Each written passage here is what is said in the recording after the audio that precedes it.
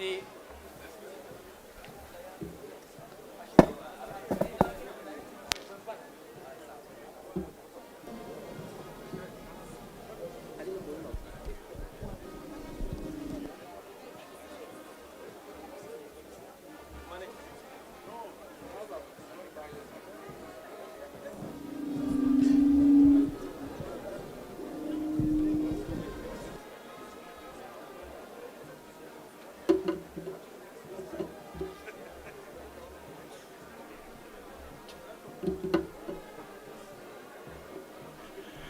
Ladies and gentlemen, the academic procession is making its way.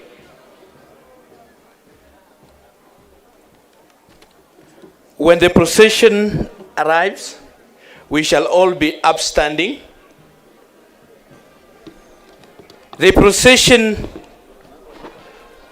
is being led by the band together with the mace bearer. For today, our mace bearer is Dr. Nurwin Fozia, followed by the student representatives, the members of academic staff, the members of Senate, registrars, finance officer, the university librarian, deans and the associate deans, directors, representatives from other universities, the Deputy Vice Chancellors, the DVC, Academic and Student Affairs, Professor Julius Kipkemboy, the DVC, Finance and Development, Professor Maurice Amadalo, the Vice Chancellors of other universities, the Chancellors of other universities, the members of Council, the Chairperson of the Council, the Vice Chancellor, the Principal Secretary, State Department of Higher Education, and the Chancellor. Choir, please be on standby. Once the procession comes in, you lead us in the anthem.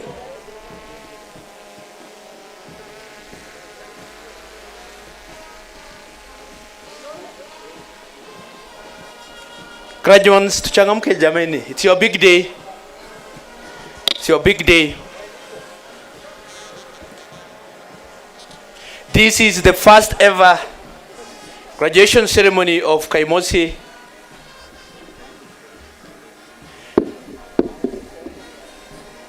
This is the first ever graduation ceremony of Kaimosi Friends University.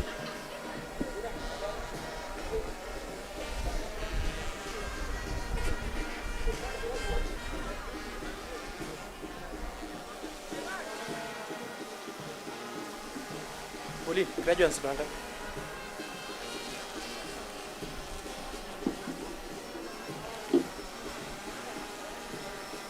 the procession is currently behind the main dais. It is sneaking its way to the graduation square.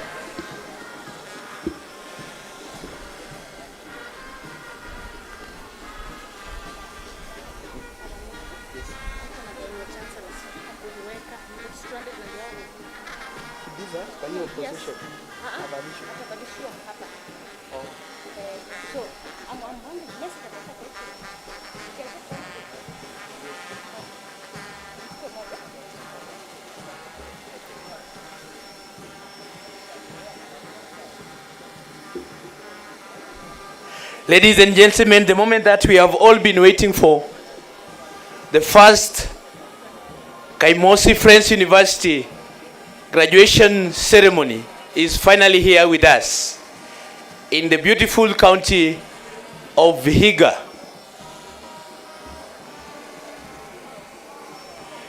All the graduates will be graduating from various programs, including master's degrees, diplomas, and certificates.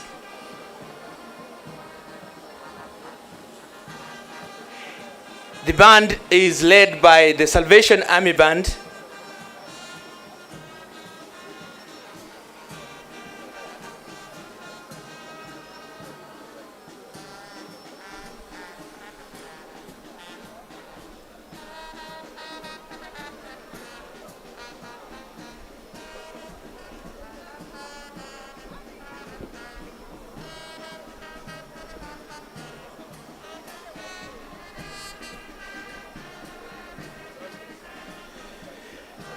Our chief guest for today is the Prime Cabinet Secretary, His Excellency Honorable Musalia Mudavadi.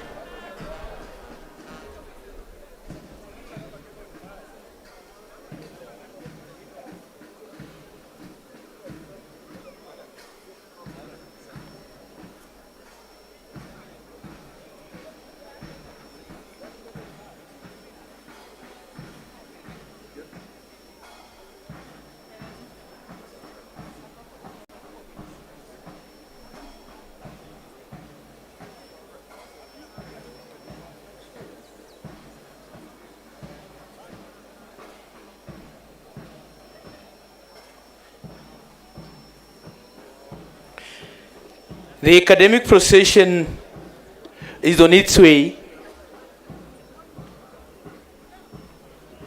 in the official KAFU colors.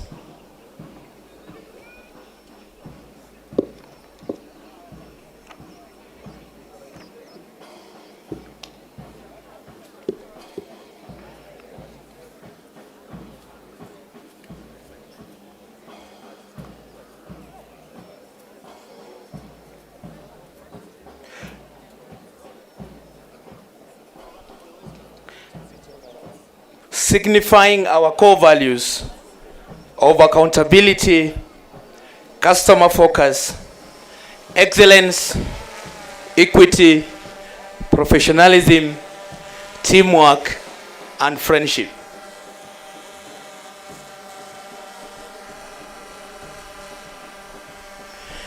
The procession is being led by the chair of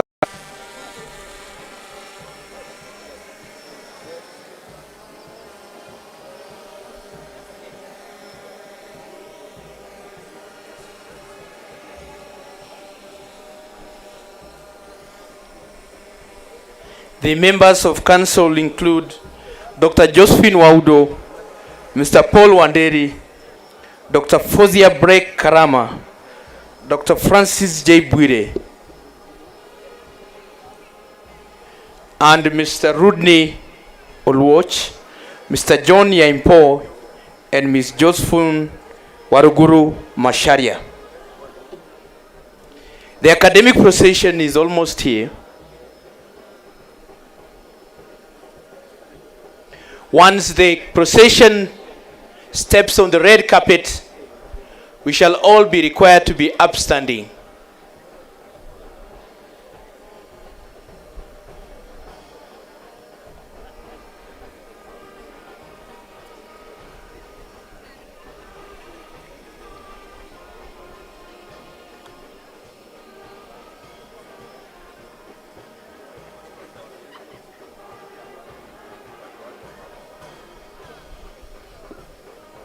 Members of the public, you are being asked to take care of your property.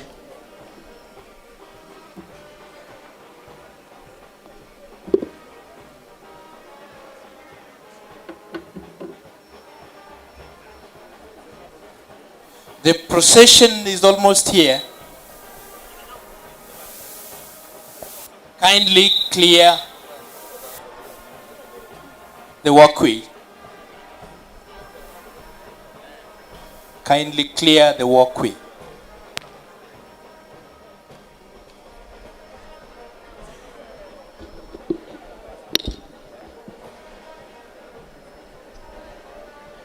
The procession is headed towards the Uhuru Kenyatta tuition blocks, which is one of the flagship projects of Kaimosi Friends University.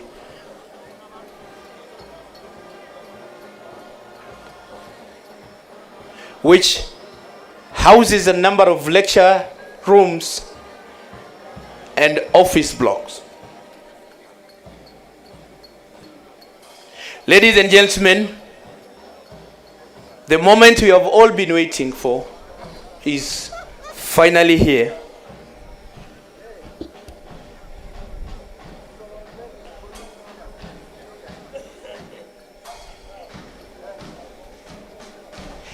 Let's all be upstanding.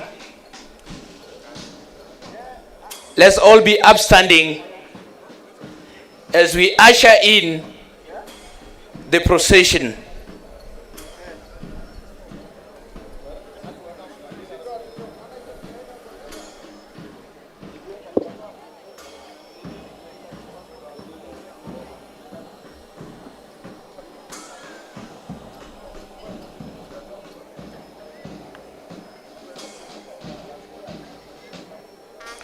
The mace bearer for today is Dr. Norwin Fozia, carrying the beautifully made mace of Kaimosi Friends University.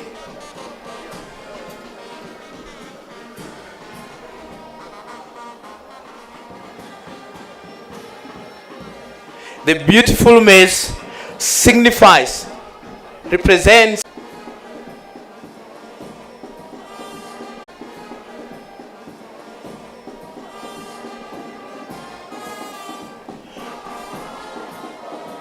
Let us appreciate the procession.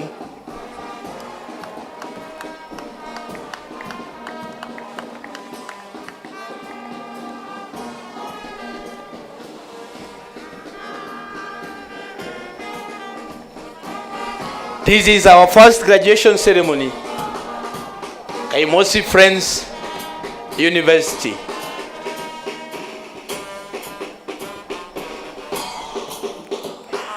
The procession is being led by the band, followed by the mace bearer, followed by our beautiful Mr. and Miss KAFU, followed by our student representatives and members of the academic staff, together with the members of the University Senate, our registrars, finance officer, the university librarian, followed by the deans and associate deans of schools, followed by the directors. Also in the procession are representatives from other universities, deputy vice chancellors, chancellors from other universities, the members of council, the chairperson of the council, the vice chancellor, and the chancellor.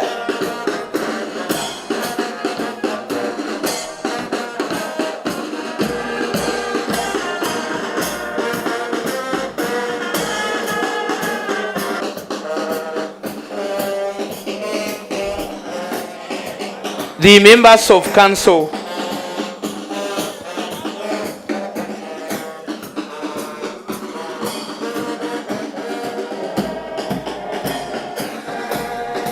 the moment we have been waiting for is finally here.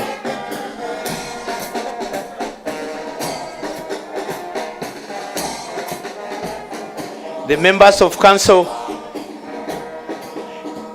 coming in with the Vice Chancellor, Masinde Muliro University,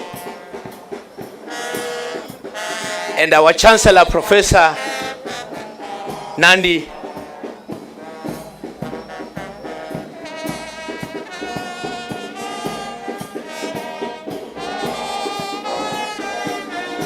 Let's remain standing.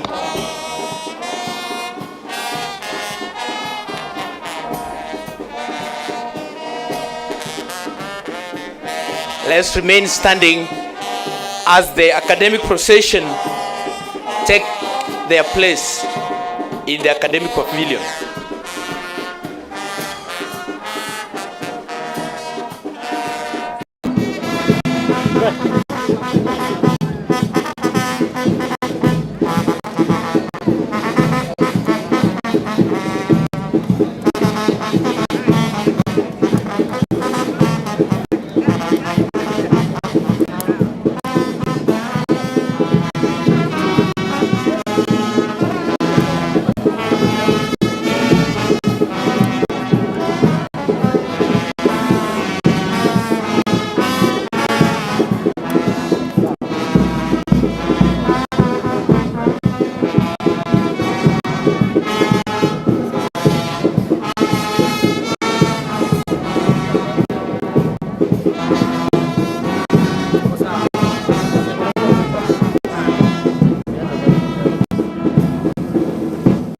Ladies and gentlemen, remain standing for the national anthem, the East African anthem, and the KAFU anthem.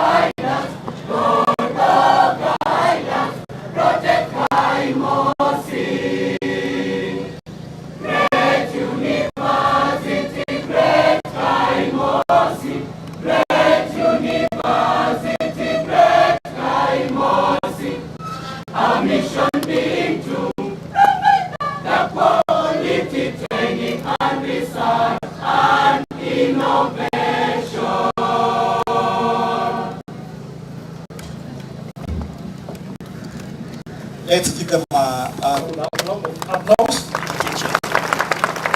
Still remaining standing in that order. Humility, Madam Chancellor.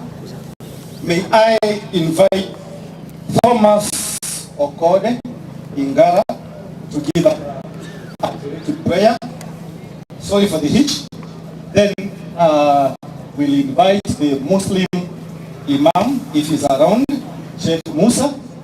And then after that, Presiding Clerk Chanzu, I request you to be ready to give us a prayer, Christian prayer. It's time for the Tiriki prayer. Give him the mic, please.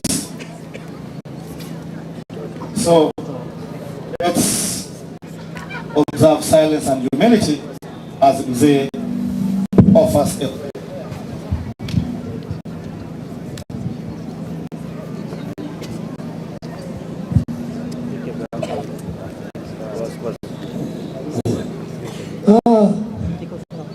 Asante sana kwa matayarisho ya wanafunzi wetu kutoka hapa wakirudi nyumbani kwao pale walitoka, na hii ni ishara ya kusema namna hii sisi Watiriki tumemkaribisha wote wageni kutoka sehemu mbalimbali katika nchi yetu ya Kenya. Na tunapozungumza namna hii, tuna maombi yetu ile tulikuwa naomba, kwa sababu hii mchanga hii iliyokotwa au ilichukuliwa mnamo 1902 na walikuwa wazee wetu walikuwa hapa, walikuwa naomba kwa mlima yuko hapa anaitwa Keynote,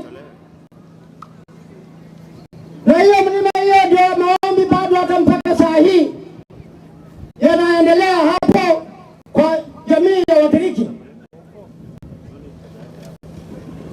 Kuwayago ninaposimama hapa, nataka toa haya maombi, na Watiriki wangu ndio hawa, wale tunaishi nao hapa, wale wanafanya mambo ya maneno ya hapa ile Vihiga. Kwa majina yangu kama bado jikaa chini, naitwa Mzee Thomas Okodingata, na nikiwa mhifadhi wa mila na tamaduni za Mtiriki. Sande. Badiliji bosi, kusheza na bosi, mlembe bosi. Shibala shehu, kuingiliza ngamo, mukali, mshibala, nari mheshimiwa Samuel Ruto, kuingilizanga Prime Minister Musalia Mudavadi, akumeta kuna madisi bosi, nama county secretary bosi, nama waziri bosi kwa kudukiano, nama dili jimanja bosi kwa kudukiano, kusheza na bosi mlembe bosi.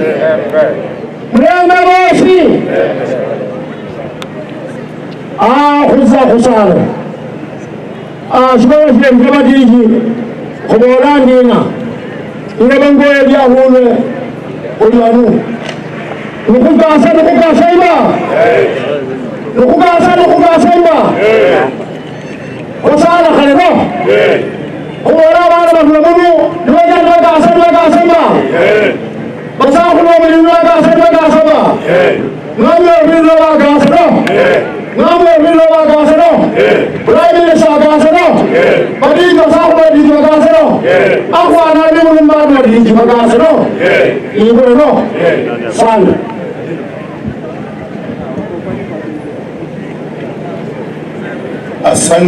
Asante sana mzee kwa hilo ombi.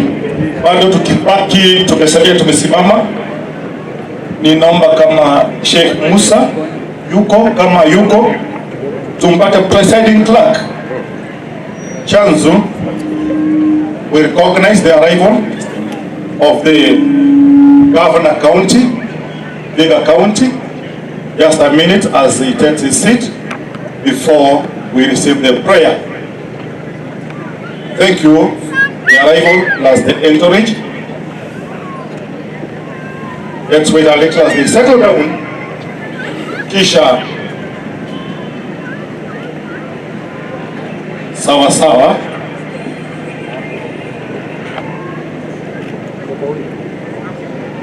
Kisha tupokee ombi kutoka kwa ndugu Chanzu. Na tuamini.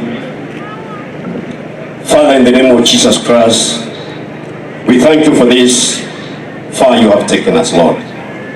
King of Kings, we praise you, we glorify you, we exalt and honor you for this wonderful occasion that you have prepared for us. Thank you, Father. We were once a Constituency college of Masina Mliro. Now we have made us to grow to a full-fledged Kaimosi Friends University after getting the charter. Jehovah, this is our first graduation and we celebrate for your transformation, a generation for a dynamic world. As we realize the dreams of our first missionaries, we pray, Jehovah God, you take us further. This will please the stars and the sky will be our limit.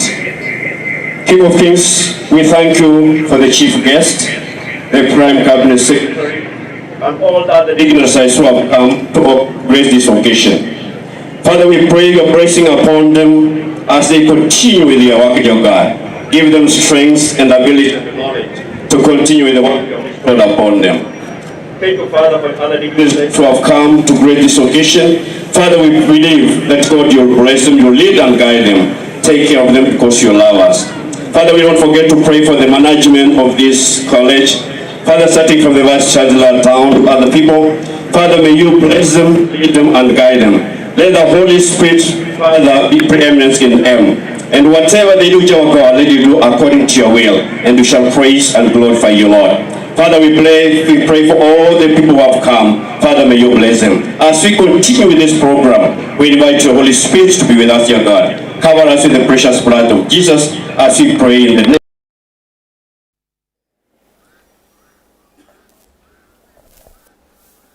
You can take your seats.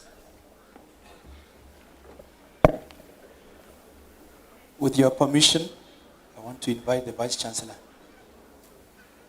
for the invocation.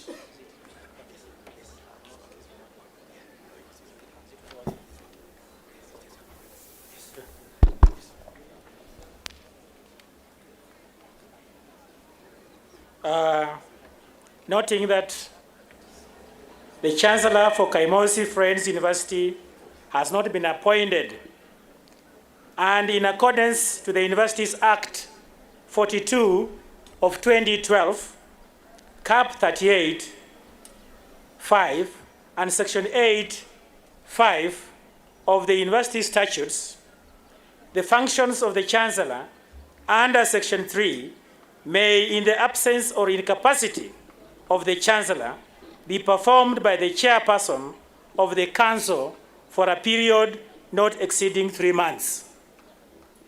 The University Senate, in its special meeting held on 16th December 2022, recommended that for the purpose of the first graduation ceremony, which shall be held on 21st December 2022, Section 8.5 of the Universities Act be applied. Pursuant to the aforesaid, I now call upon the Chair of the Council of Kaimosi Friends University to preside over the first graduation ceremony.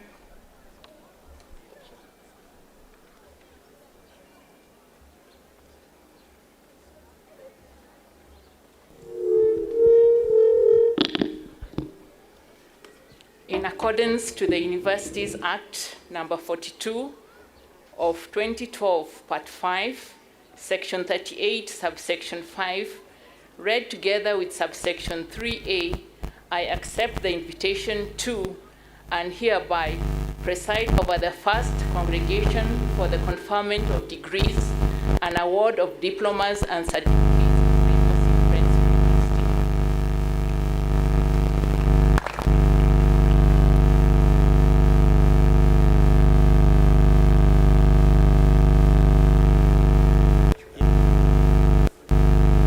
Now call upon our Deputy Vice Chancellor, Acting Deputy Vice Chancellor, Professor Julius Kipkemboi, together with one of the deans to move forward. Our Chancellor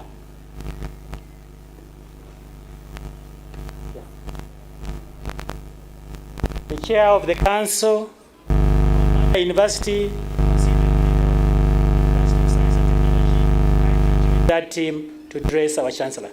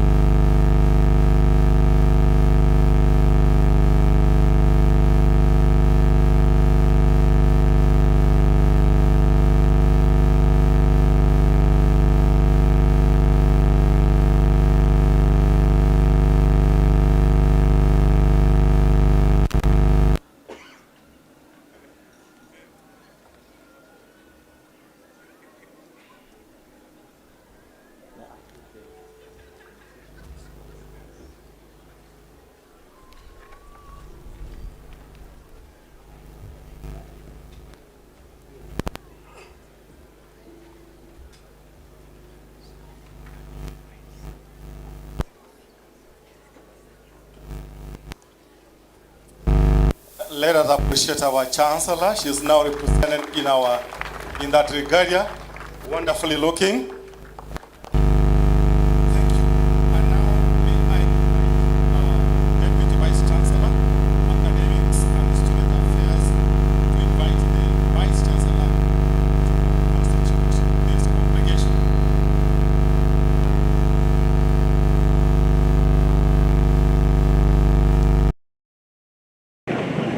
Section 41, subsection 1 of the Kaimosi Friends University Statutes 2022 states that for the purposes of conferring degrees and awarding of diplomas and certificates of university, they shall be held from time to time a meeting of the university, which shall be called the congregation, convened in accordance with the provisions of the Act and the Charter.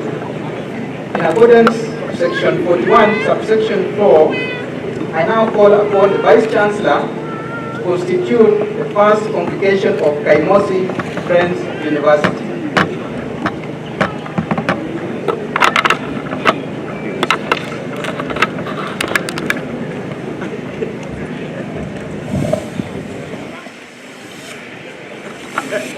In accordance with the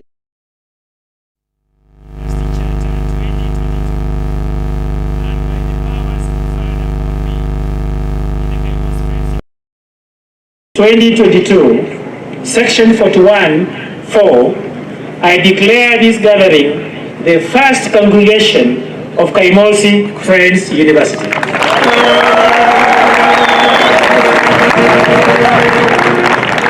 Thank you so much, Prof. And it's now time for entertainment.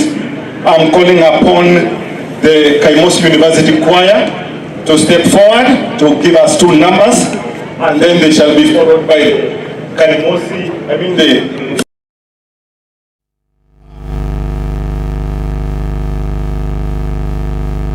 as they come, we thought it prudent that this being our first,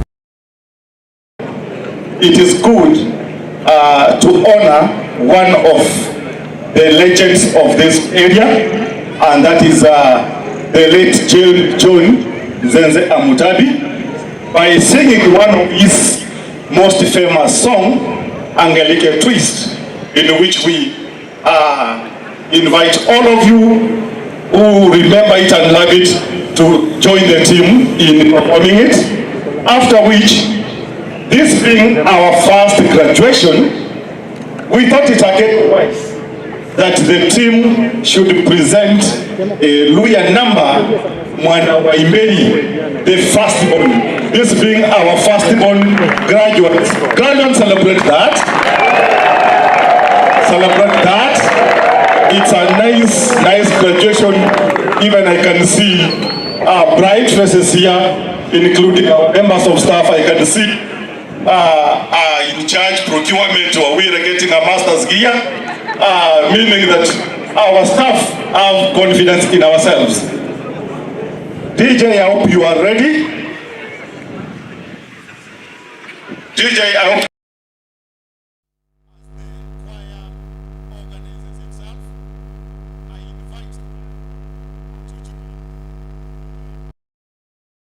That number. John says I'm across the Muhudu and so mwacha mila ni mtumwa.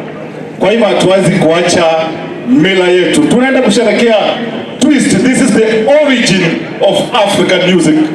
Take stage.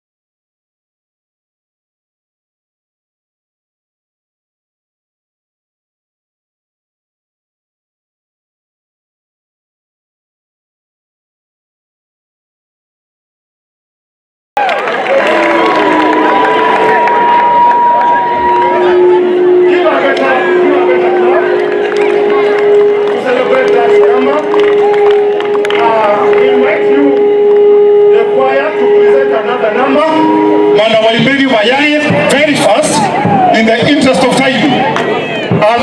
And we need the support of the band from the high.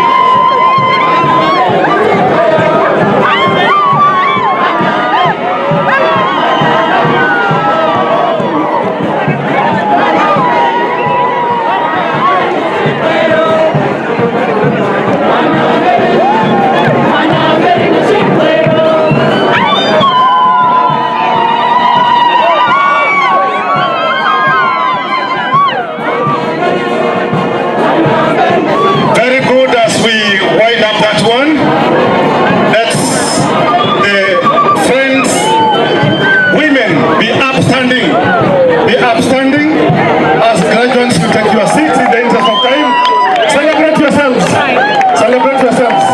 Akina dada wa friends, the stage is yours. With another short number. Meanwhile, our valedictorian be ready. Our valedictorian be ready immediately after this number.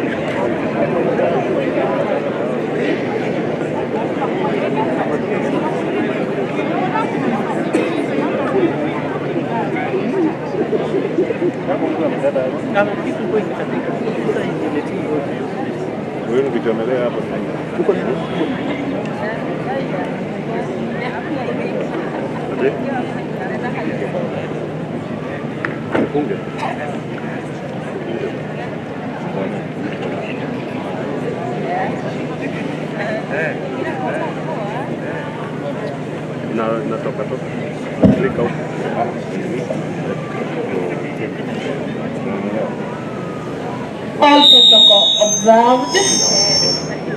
In front of you, we have USFW, United Society of Friends Women. A song that has a lot of meaning in relation to the day today. This song is to encourage our students, our lecturers, our leaders of this college. As friends, we have prayed for our college. We have had sessions of special discussion to encourage our college. We have had time to have prayers for our college, and we are proud of it as we remember the leadership of Councillor Nandi, Mama Daktari Jen Imbunya. You are welcome. Kindly listen to the meaning of the song. Welcome, everyone.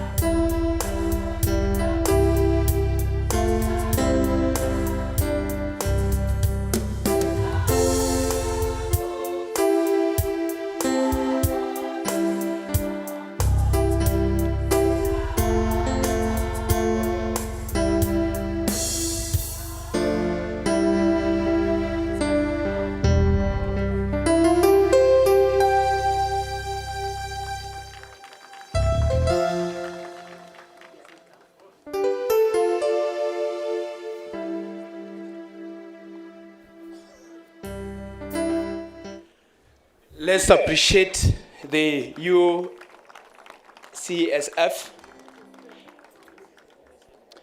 The announcement, if you want to use washrooms, the Uhuru Kenyatta tuition complex is on our right. VIP, we have some just behind the main dais. Madam Chancellor, with your permission, this is Western Kenya. The graduates have asked me one request, to dance Vida. So with your permission, Madam Chancellor, I want to invite the choir to lead as we dance Vida.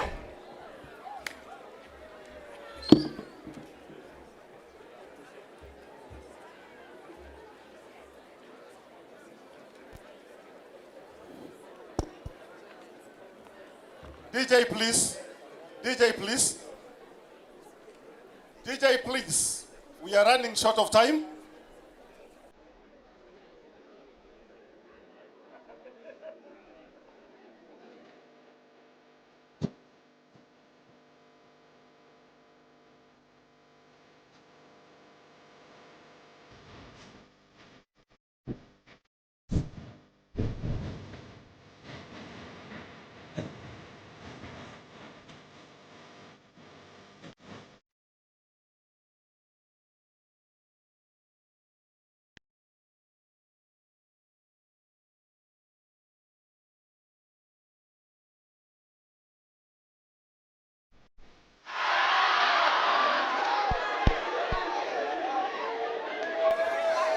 DJ, please.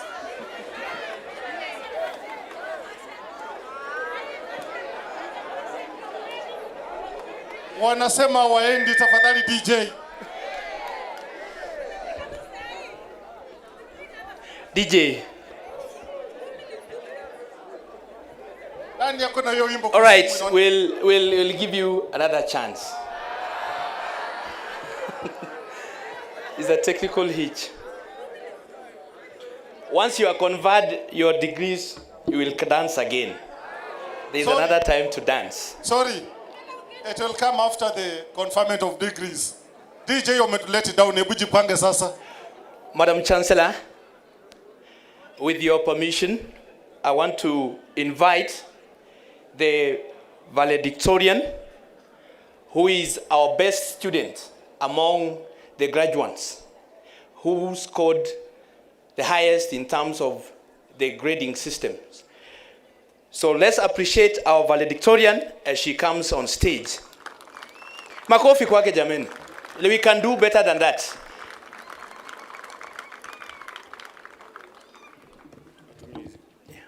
They are very clear.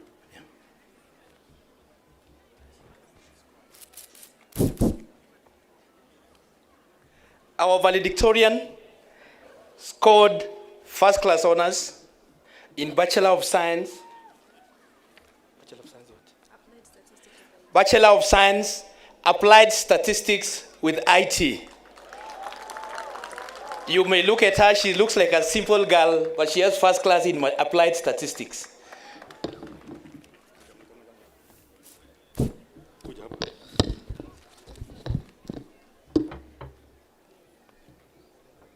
The Chief Guest, Prime Cabinet Secretary, Honorable Wycliffe Musalia Mudavadi, the Cabinet Secretary, Ministry of Education, Honorable Ezekiel Machogu, Principal Secretary, State Department of Higher Education and Research, Dr. Beatrice Inyangala, Madam Chancellor, Madam Chairperson of the University Council, also Pro-Chancellor of the University, Dr. Bernadette Mungai, other chairpersons of council present, members of Kaimosi Friends University Council and other councils present, Kaimosi Friends University Acting Vice Chancellor, Kaimosi Friends University Acting DVC Academic and Acting DVC Finance and Development, Finance Chancellors from other universities, Principals of university colleges present, members of the University Management Board and Senate, university staff, parents, guardians, friends,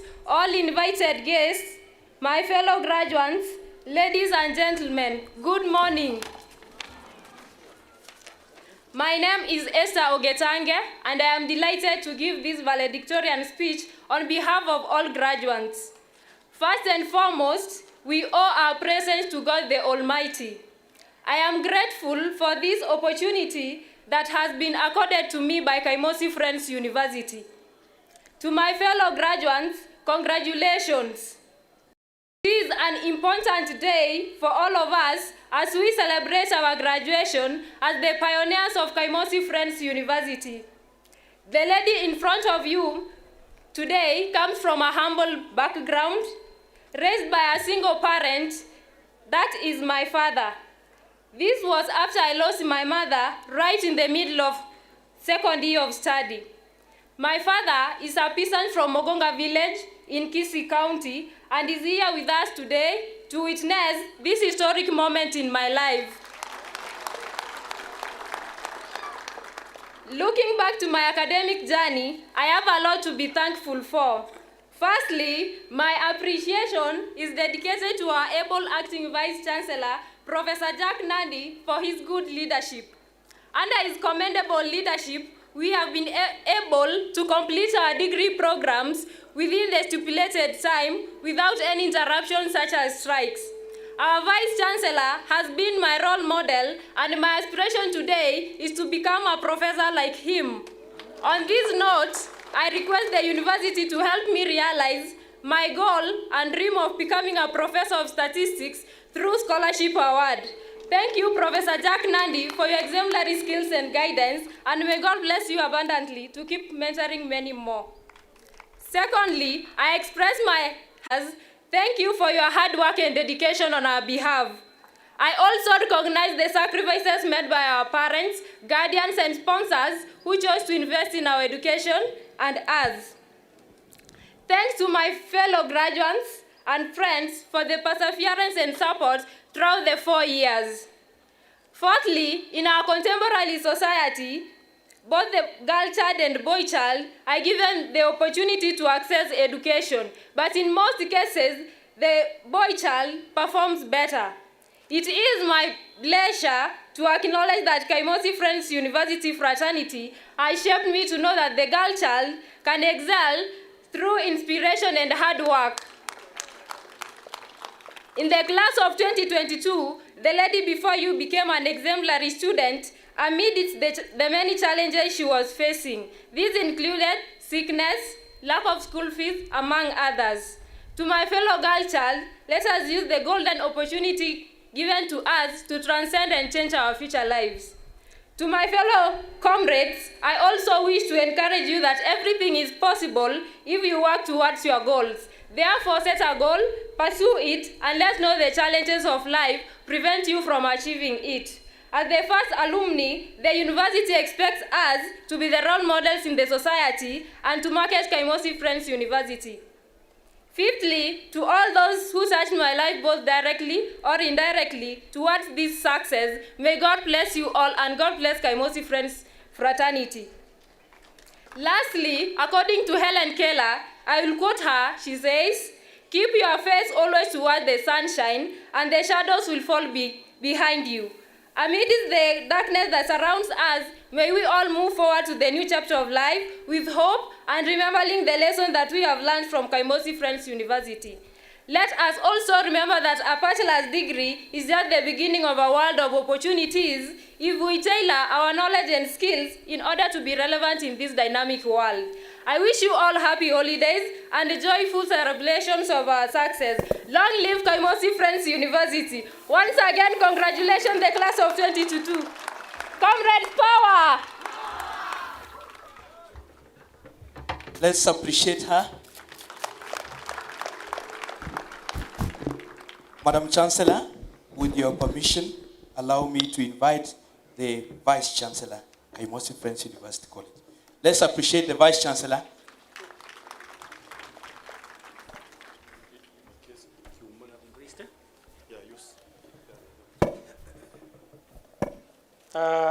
Chief guest, Prime Cabinet Secretary, His Excellency Dr. Wycliffe Musalia Mudavadi, who is joining us very soon. In a short while, he'll be here with us.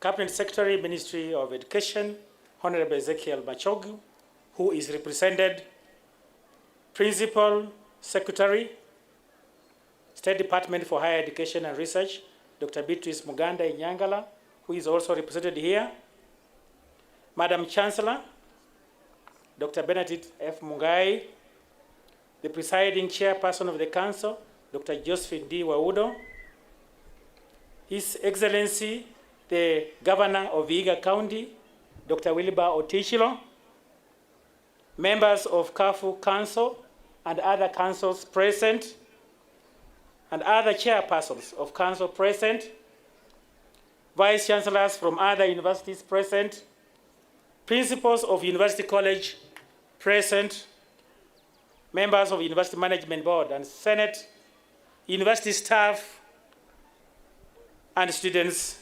graduates, parents, guardians, and friends, and all other invited guests, ladies and gentlemen. Before I give my speech, I wish to recognize all of you who are here during our first graduation. Feel very special, and thank you for finding time to be with us. Because when we came here in 2014, we were alone, but we were joined by you, and we worked together. And I'm a very proud person today, because the journey was never in vain. We can be able to graduate our first students who are going to form the alumni. So I want to recognize my colleagues from other universities. I wish to recognize my twin brother from Tharaka University. You remember about 4 universities were given a charter at Kakamega State Lodge by the president. One of them was Tharaka, the second one was Kaimosi, another one was Tomboya, and the other one was Alupe. My brother from Tharaka University, all the way from Tharaka University, is here, Professor Mriungi. Can we give him a hearty clap? I also wish to recognize, he's the Vice Chancellor of Tharaka University, just like me in acting position, is here. I also wish to recognize my brother, the Vice Chancellor of Cooperative University, Professor Kamau Ngamau, who is here with us. Yeah, I also wish to recognize my big brother. We are here because of Must. My big brother, who comes from here, from this county, a place called Shamahoho, and who has been a Deputy Vice Chancellor of Kibabi University for very many years, and who became the Chancellor, the Vice Chancellor of Masinde Muliro University of Science and Technology, and who has worked with us all the journey to where we are. Professor Solomon Shibairo, who is here with us. Can you give him a hearty clap? That is my big brother. I've always worked with him. We are where we are because of him. I wish to recognize other representatives from other universities who are here. Can you all stand, colleagues who are here representing other universities? Thank you very much. We have, just move forward quickly. Very quickly, you are very important people. Very quickly. Just say your name. Professor Philip Raburu is representing your own daughter, Professor Teresa Kenga, the Vice Chancellor of University of Eldoret. Professor Darius Andika representing Professor Gong. Just. Professor Gong. Professor Gong. Darius Andika. Professor Darius Andika representing our other brother, the Vice Chancellor of Jaramogi Oginga Odinga University of Science and Technology, Professor Stephen Agong. Yes, Professor Richard Juma representing VC Professor Richard Juma, representing the Vice Chancellor of Murang'a University, Professor Nyariki.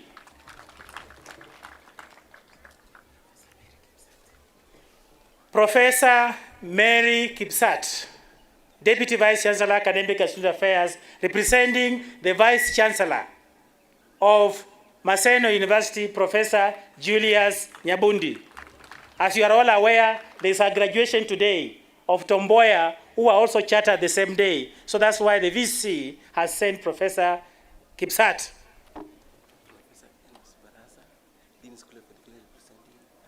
As we continue with the introduction, I wish to recognize the Senator of Vihiga County, Senator Ososi. Can you give him a clap? Welcome, Senator.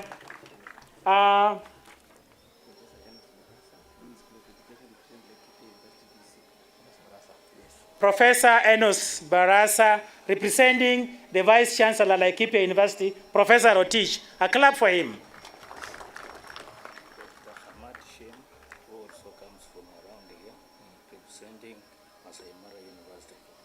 Hamati Shem, he comes from this area. He is representing the Vice Chancellor, Laikipia University, Professor Chacha. Masai Mara University, Professor Chacha. So you can see, all these are Vice Chancellors and their representatives from other universities who have come here. It shows the importance of this university. And it also shows that we are not an island. We are working with other universities. So they have come here to celebrate with us. There are many other Vice Chancellors who have sent their messages. They are not here with us. But I want to let you know that we are happy. We are happy to be together to celebrate this particular day. Now, it is my pleasure to welcome you to Kaimosi Friends University, KAFU, the spring of knowledge, as we celebrate our first graduation that has the theme, Transforming a Generation for a Dynamic World.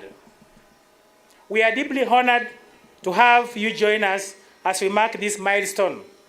KAFU has witnessed tremendous growth of both students and staff population over the years. And this ceremony is one of the signs that this institution is destined for greatness. I thank our chief guest, the Prime Cabinet Secretary, His Excellency Dr. Musalia Mudavadi, for accepting to grace this special event. All of us here in Kaimosi Friends are indeed honored to host you today. His Excellency, the Governor, we are proud of you. Thank you for being here at this time.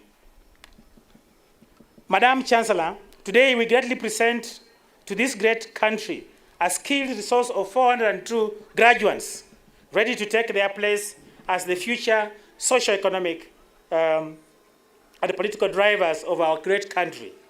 This graduation is aligned to our commitment to support our country's policies and service delivery for the realization of universal health care, food security, manufacturing, and affordable housing.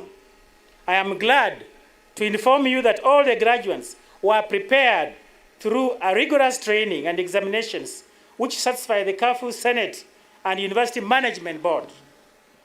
I equally recognize the efforts of lecturers and support staff who worked tirelessly to ensure that the students have a conducive learning environment to get equipped with knowledge, values, and skills that will enable them fit the requirement of the job market and self-employment.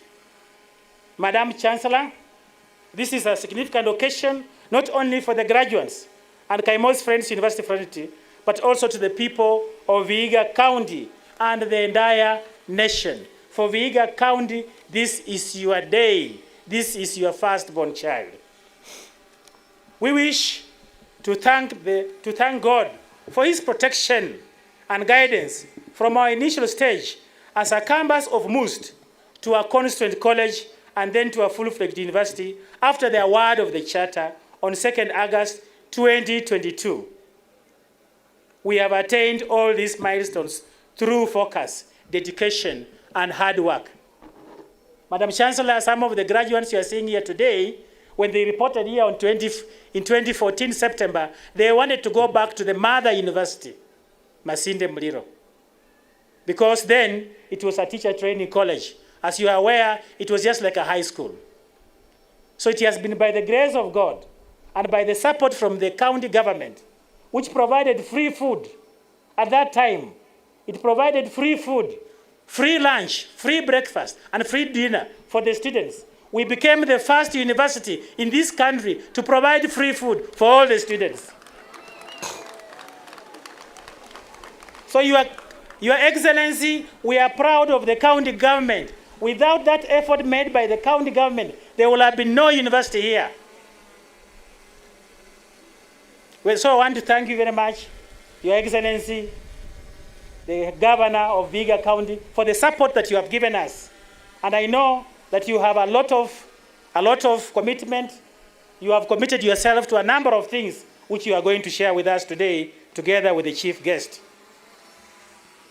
I want also to take this opportunity to thank the church, the Friends Church, for the land that they donated to this university. The Friends Church is here. Yeah, we should recognize them. We have members of the Friends Church. Secretary General is here, Consular, and other members of the church. They are here. This church is great. They gave us the land to begin this university. And we are where we are because the land was provided to the university. They are part and parcel of these stakeholders. So we want to take this opportunity to thank you very much. And all other stakeholders who worked with us. Madam Chancellor, I want to request a member of the Friends Church, just one member of the Friends Church, to say just one word, to say welcome to this university before I proceed.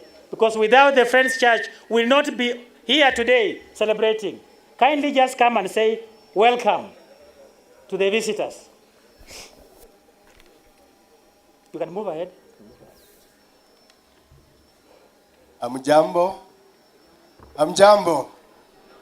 Bwana asifiwe sana. My name is Reverend Ephraim Consular Muhadi. I am the General Secretary, East Africa Yearly Meeting of Friends. I am delighted to be with you here today. I want on behalf of the Friends Church to feel humbled to see this day today. It's been a long journey. We began this journey way back 1986, and I want to say thank you so much to the retired and dead President Daniel Arap Moi, to the current government administrators who joined us during this journey. The journey was not very easy, and I want on behalf of the church to thank the presiding clerk, the German Board of Trustees who provided land to this institution. I want to say karibuni, karibuni, karibuni. For those of you who are new to this environment, the Friends Church began here way back 1902, and it has many learning institutions, including primary schools, thousands of primary schools, thousands of secondary schools, a few teacher training colleges, a few technical colleges, a few Bible colleges, and finally, the Friends University. We are humbled, Vice Chancellor. Yes. KAFU, as a child, you must always be grateful to your father. You may have differences with your father, but your father will always remain what? Your father. So the Friends Church, we are your baby. We are your baby. We shall never abandon you. We shall walk together this journey, and you have a role to play, especially the spiritual growth of this university. As we walked along this journey, I wish to recognize the Tiriki elders. They have been here. The Wazees of Tiriki. I have a colleague of mine from Tharaka University, and he can tell you that in Tharaka University, there are people who are called Njurinjeke. They are the elders in that community. They are very critical, and they have their university. The university is called Tharaka. They have to defend that university because it is their university. The elders here, the Trick elders, have been there. They have been defending this university. We have worked with them. The wazees who are here. Is there anyone mzee just to say karibu? One of the elders, just come and say welcome, very quickly. Please, one of the elders, just to say welcome to the congregation.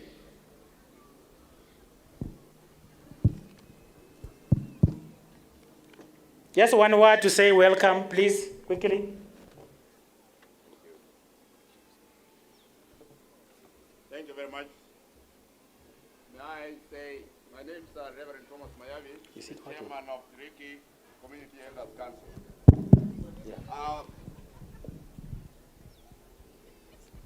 Ladies and gentlemen, distinguished guests, and students, and all parents who have attended this ceremony, we, the Ndege Community Elders Council, want to appreciate the journey we have worked together with our dear brother here, Professor Nandi, to bring up this ceremony to the level at which it is.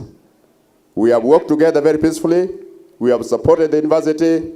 We have interacted well, and we have worked for the community to relate with this university very nicely. We want to hope that that relationship will continue, and we shall continue to support the university. Thank you so much for the opportunity given to us. Thank you very much. Can you applaud the elders? Mkosamila ni mtumwa, so you must always work with the elders. We thank you very much, Wazes, wherever you are. Continue nurturing this university, whether I'll be here or any other person who will be here. Continue nurturing this university. It is your university. We must recognize you. I also wish to recognize the professionals. We have Tricky professionals, Vihiga professionals who worked with us when we were looking for the gazettement of the university, when we were walking on the streets of Nairobi. We worked with some of the professionals, and they are here. You wanted a university. It has come. It is here. Professionals. Can we ask Johnston Kabuludi, on behalf of the professionals, just to say one word, recognize your fellow professionals, and just say welcome, because this is your day, also to welcome them. Welcome.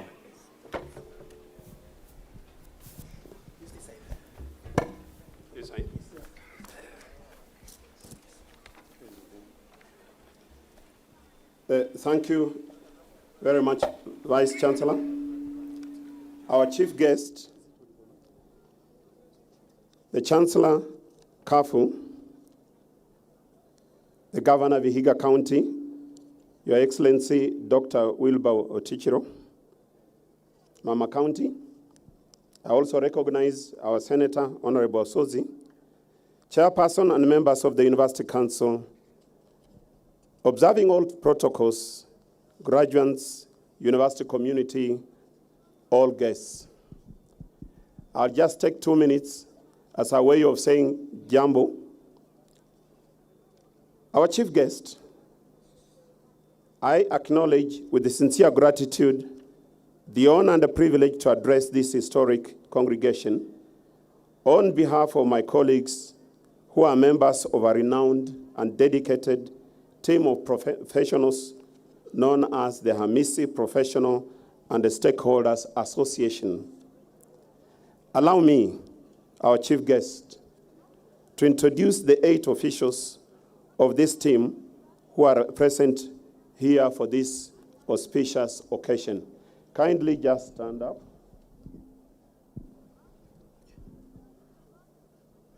Wherever you are. You know, Vice Chancellor, I'm a teacher. Sometimes I feel. And there are only 8 people. If you stand here, you are professionals.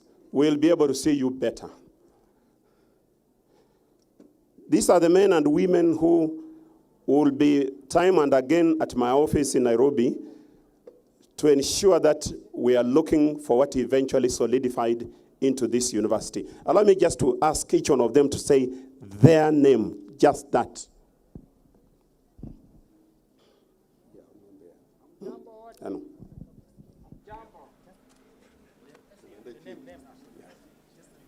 Dr. Henry Shivaji, Secretary of Hamis Professional Association.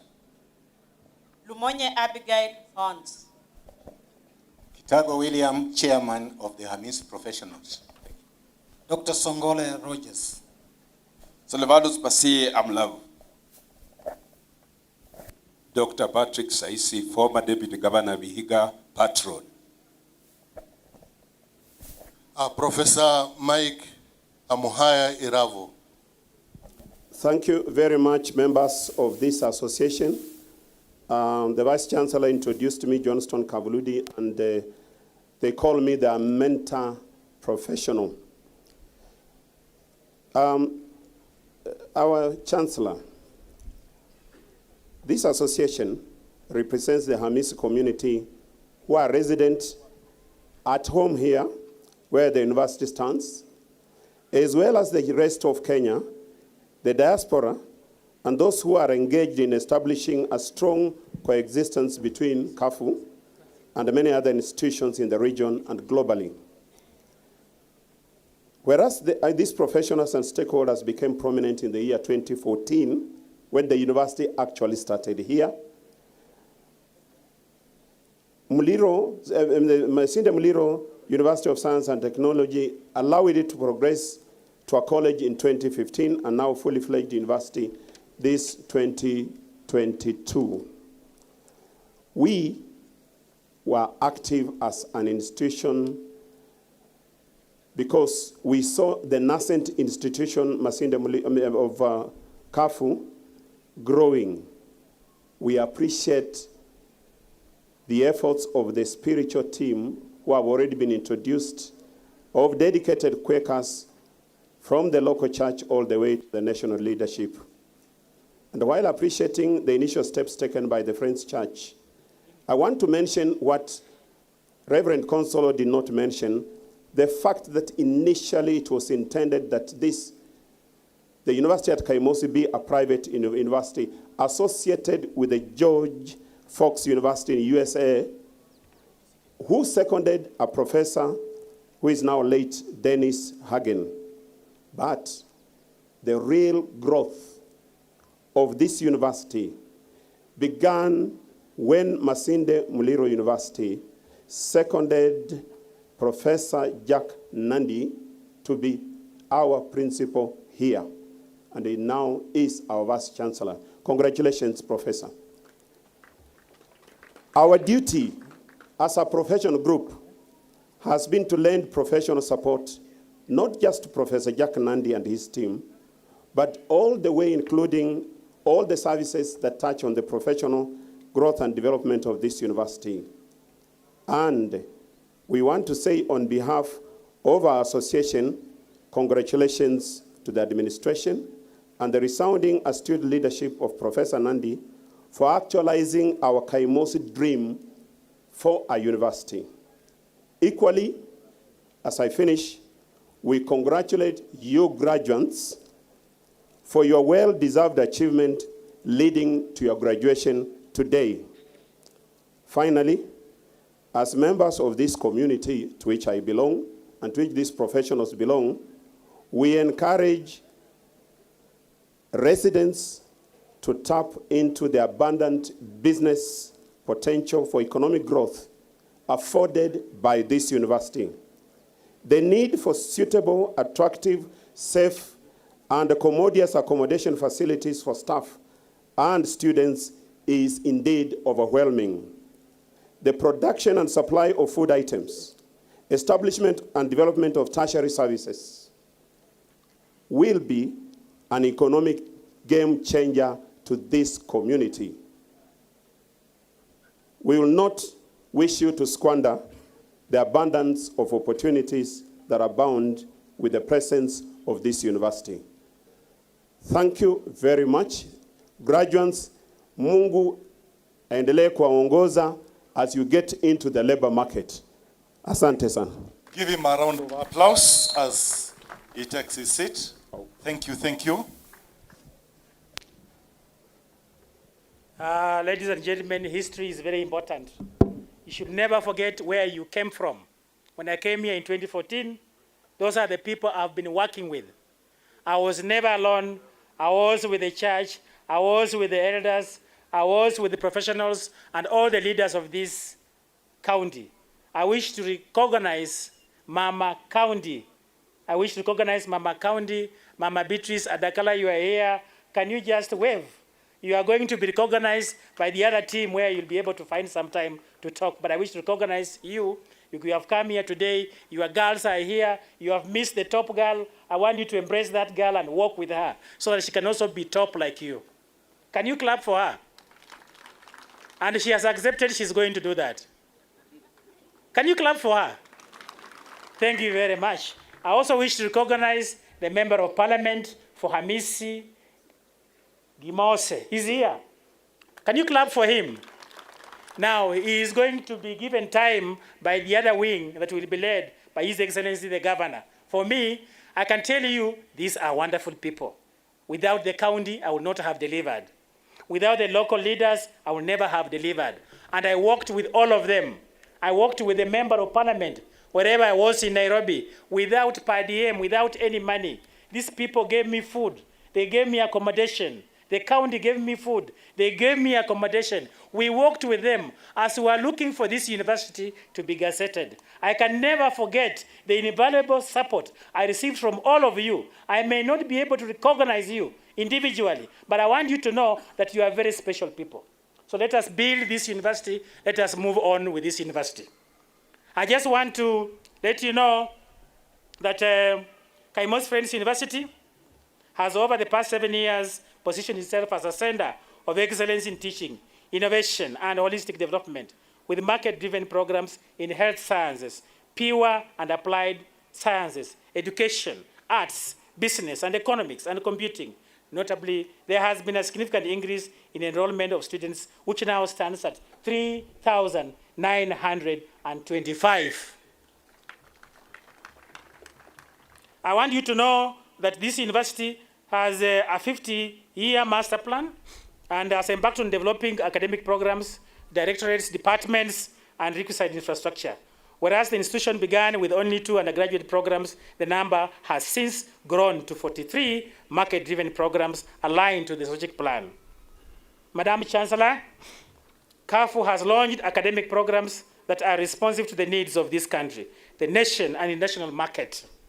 Using our programs in Bachelor of Science in Nursing, Clinical Medicine, Surgery and Community Health, and Bachelor of Science in Optometry and Vision Sciences, among other programs that we are having, we have strengthened ties with neighboring county referral hospitals, including Mbale, Jumuiya Hospital, Sabatia Eye Hospital, where we want to take there the Department of Optometry and Vision Sciences, which is a renowned eye hospital in East and Central Africa, based here in Vihiga County, Kapsabet, Kisumu, Jaramogi Oginga Odinga, and Busia, among others. We are also proposing to start a program in medicine, which will lead to setting up a referral hospital for this county.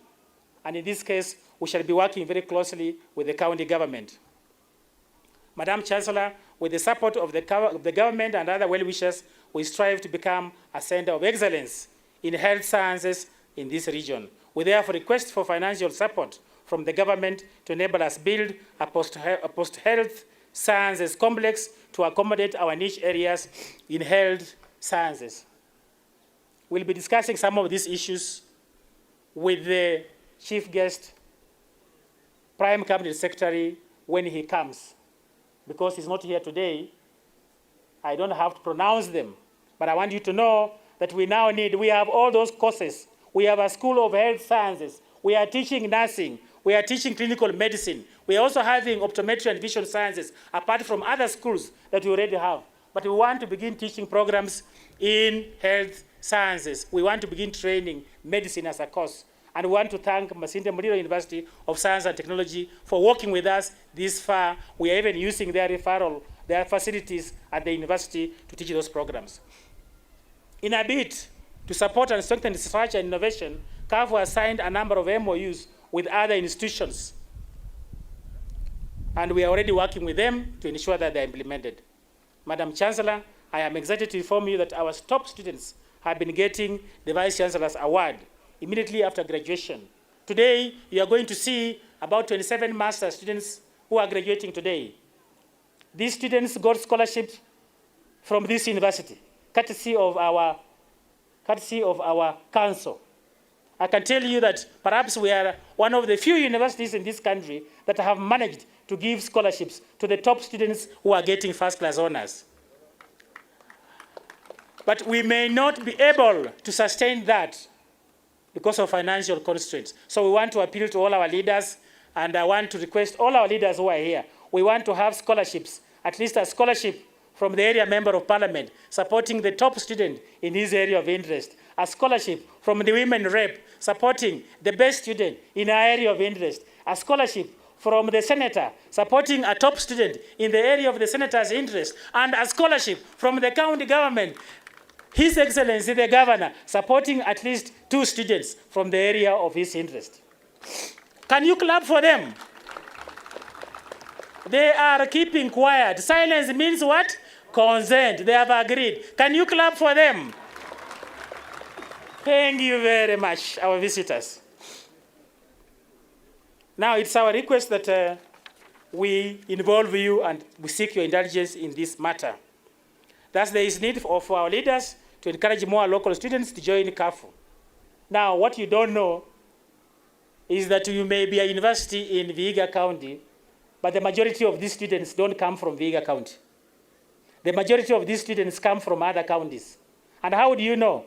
The student leaders of this university are not from this community. That means that students from this university come from other counties. Now, we want to encourage you wherever you are to market the university. Don't put the name of this university in disrepute wherever you are. Talk positive of this university. Anytime when you have an audience, talk positive of this university. Because if you don't talk positive about this university, what is going to happen? They will go to universities in their county. And a university, the future of the university relies on the enrollment of the students.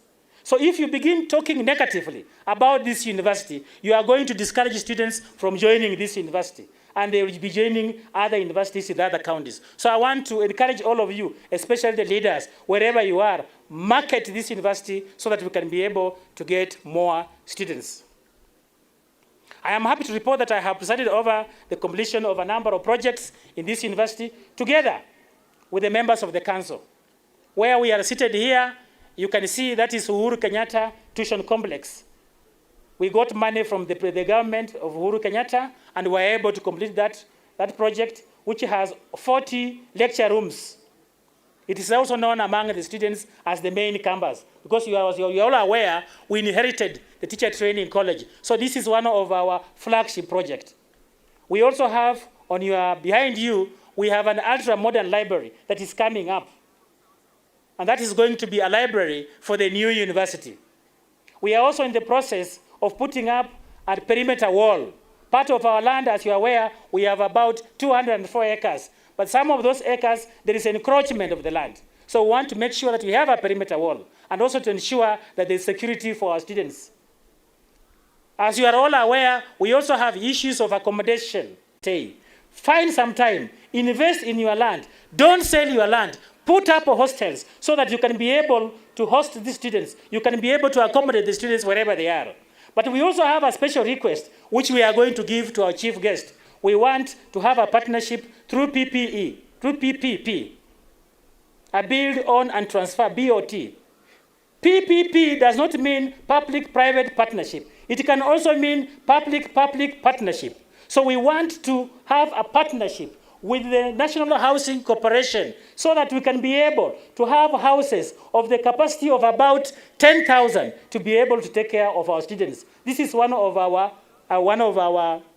students. This is one of our objectives to ensure that we address this issue of accommodation. So we'll be pursuing that. We'll be discussing that with the chief guest. We also need, through National Housing Corporation, we need houses for members of staff. Your Excellency, the Governor, I know National Housing Corporation will soon be having housing program within Vihiga County. Please consider KAFU. We have enough land. We can be able to provide land where we can be able to build a number of houses for the members of staff so that they don't have to commute from Kakamega. They can be able to stay here. I want their services here. When it comes to around 5, most of the lecturers leave this university because they are going back to Kakamega. So through National Housing Corporation, we want houses for the members of staff so that they can be able to stay here. And those houses can be built, can be owned, and transferred later to the members of staff who are here. That's one of the requests that we are asking. We have a number of, we're also putting a request, which we shall also be able to share with the Prime Cabinet Secretary, the request on ensuring completion of our buildings. The Council will be sharing with you what we have done, but we'll need funds. We got a charter, but the charter was a paper. There was no budget. So we are requesting for a budget. And all of us, if we speak on, if we are able to pronounce ourselves on the budget, we shall be able to have increased recurrent budget. We don't have lecturers. We are depending on part-time lecturers. So we need recurrent budget. We need more money for capital development. That's the kind of language we want to talk together and we want to share together. As we talk about these issues, I want us to work together with all the leaders. That what we need in this university to enable us expand, we shall also need budget to enable us move in the right direction.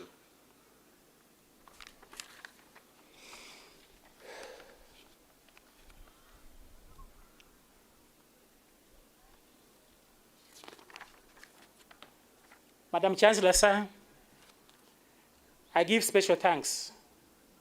I give special thanks to the Government of Kenya, the Ministry of Education, the State Department of Higher Education and Research, Commissioner for University Education, the Mother University, MUST, the Governor of Vihiga County, His Excellency Dr. Otichiro, former Governor Honorable Akaranga, our political leaders and friends, the area member of parliament, the women rep, all other leaders, all the MCS. And I just want to let members know that today, as we do the graduation, one of the students who's graduating with a Master of Arts degree is none other than the MCA of this area, whom we found here. He's called Callistus. Callistus, can you stand?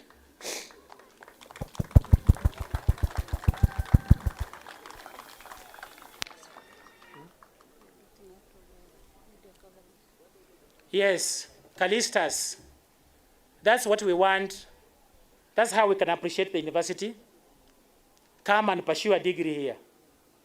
Callistus did his bachelor's here. He has done his master's here. Tomorrow, Callistus is going to become a professor in this university. And that's what we need. That is positive. That's what we are talking about when he was at Chamahoho. So you can see the university is empowering everyone. We also have the area MCA. The area MCA, Shanga is here. That area MCA is also our student, is pursuing studies here. That is being positive about the university, embracing the university positively, not negatively. So we want to thank you very much for finding that time. And I want all of you, wherever you are, help this university, help our students. These students have issues, I can tell you, family issues. They talk to me. They share the information with me. They need you. Our leaders, wherever you are, they need you. Wherever you are, find some time and do something for our students in KAFU. That is going to be very, very encouraging. To the graduates, you have undergone through 4-year training, and I am confident that as you step out of this university, you are ready to add value in whichever capacity you will be required to serve in the great Republic of Kenya and beyond. Today is just the start of all the wonderful things that life has to offer. I urge you to take every chance that comes your way with boldness and excitement and hope. KAFU has prepared you well. Use the skills you have acquired in this university to create a better world. Once again, I congratulate you and wish you well in your future. I urge you to join our alumni and help this great university. You are now going to form the alumni.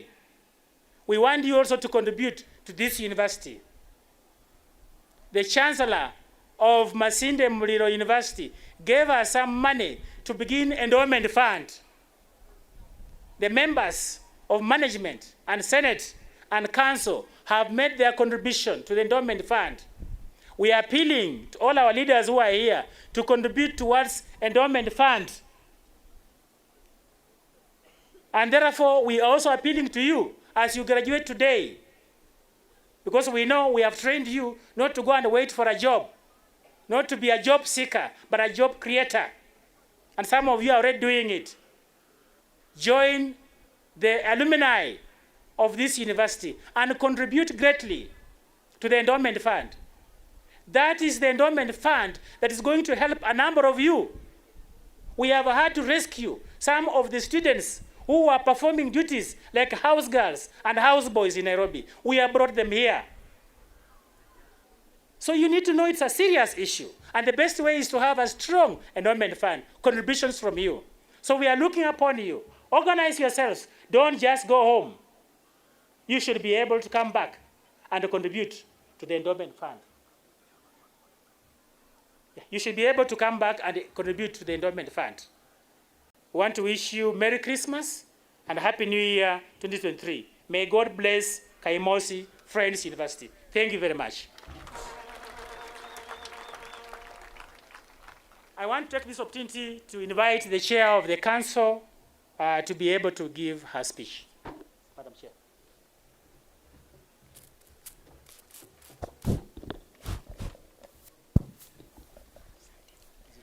It's okay. Thank you very much, Professor.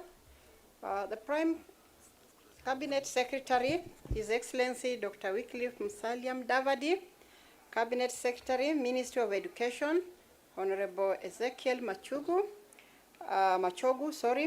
Principal Secretary, State Department for Higher Education and Research, Dr. Beatrice Inyangala, Madam Chancellor, Dr. Bernadette Amungai, members of the University Council, the Governor, Vihiga County, His Excellency Dr. Wilbur Otichilo, KAFU Acting Vice Chancellor, Professor Ogodo M.J. Nandi, Vice Chancellors from other universities present, Deputy Vice Chancellors, members of the University Management Board and Senate, researchers and scholars present, graduates, distinguished guests, and ladies and gentlemen. I'm happy to stand before you. My name is Dr. Josephine Waudo, presiding chair of KAFU Council. Before I proceed so much, allow me to introduce KAFU Council members, and I request them to stand and request them to come forward. We are not very many, so that they just say their name and you hear their voices in daylight. Thank you, members of the council, KAFU Council. Please come forward.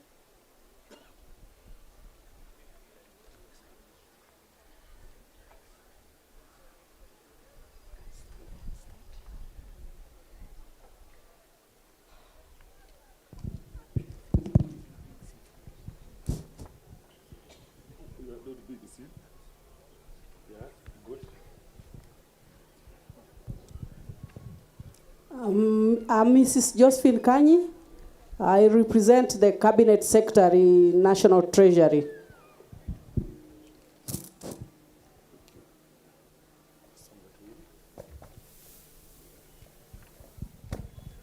I'm Paul Wanderi, a member of the council. I'm John Yampoi. I represent PS, Ministry of Education.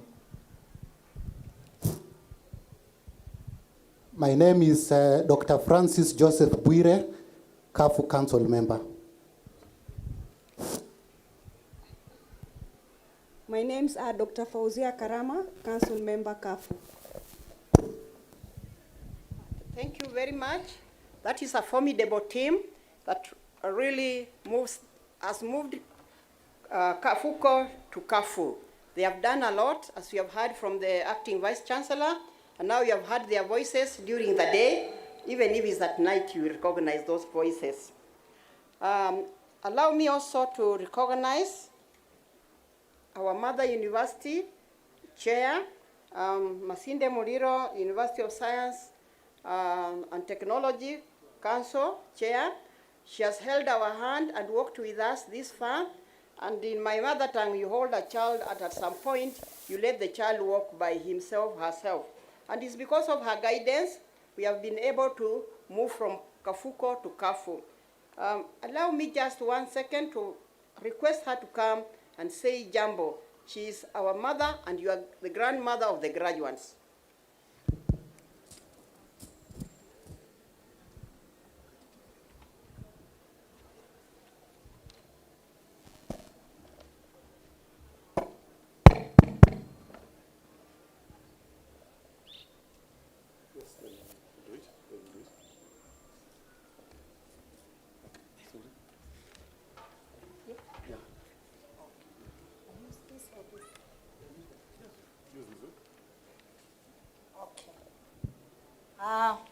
Madam Chancellor, the Governor of Vihiga County, distinguished guests, all protocols observed. Ladies and gentlemen, good morning. I'm sure we are crossing over to afternoon. I take this opportunity on behalf of Masinde Muliro, University of Science and Technology, to congratulate Kaimosi for this auspicious occasion and for the achievement of being granted a charter. As a mother university, I really don't have much to say, only excitement. Because when a parent has weaned a child, and a child moves out, and the child proves to be successful and beginning well as you have done today, the parent can only be happy. And so we are happy, and we want to wish you all the best.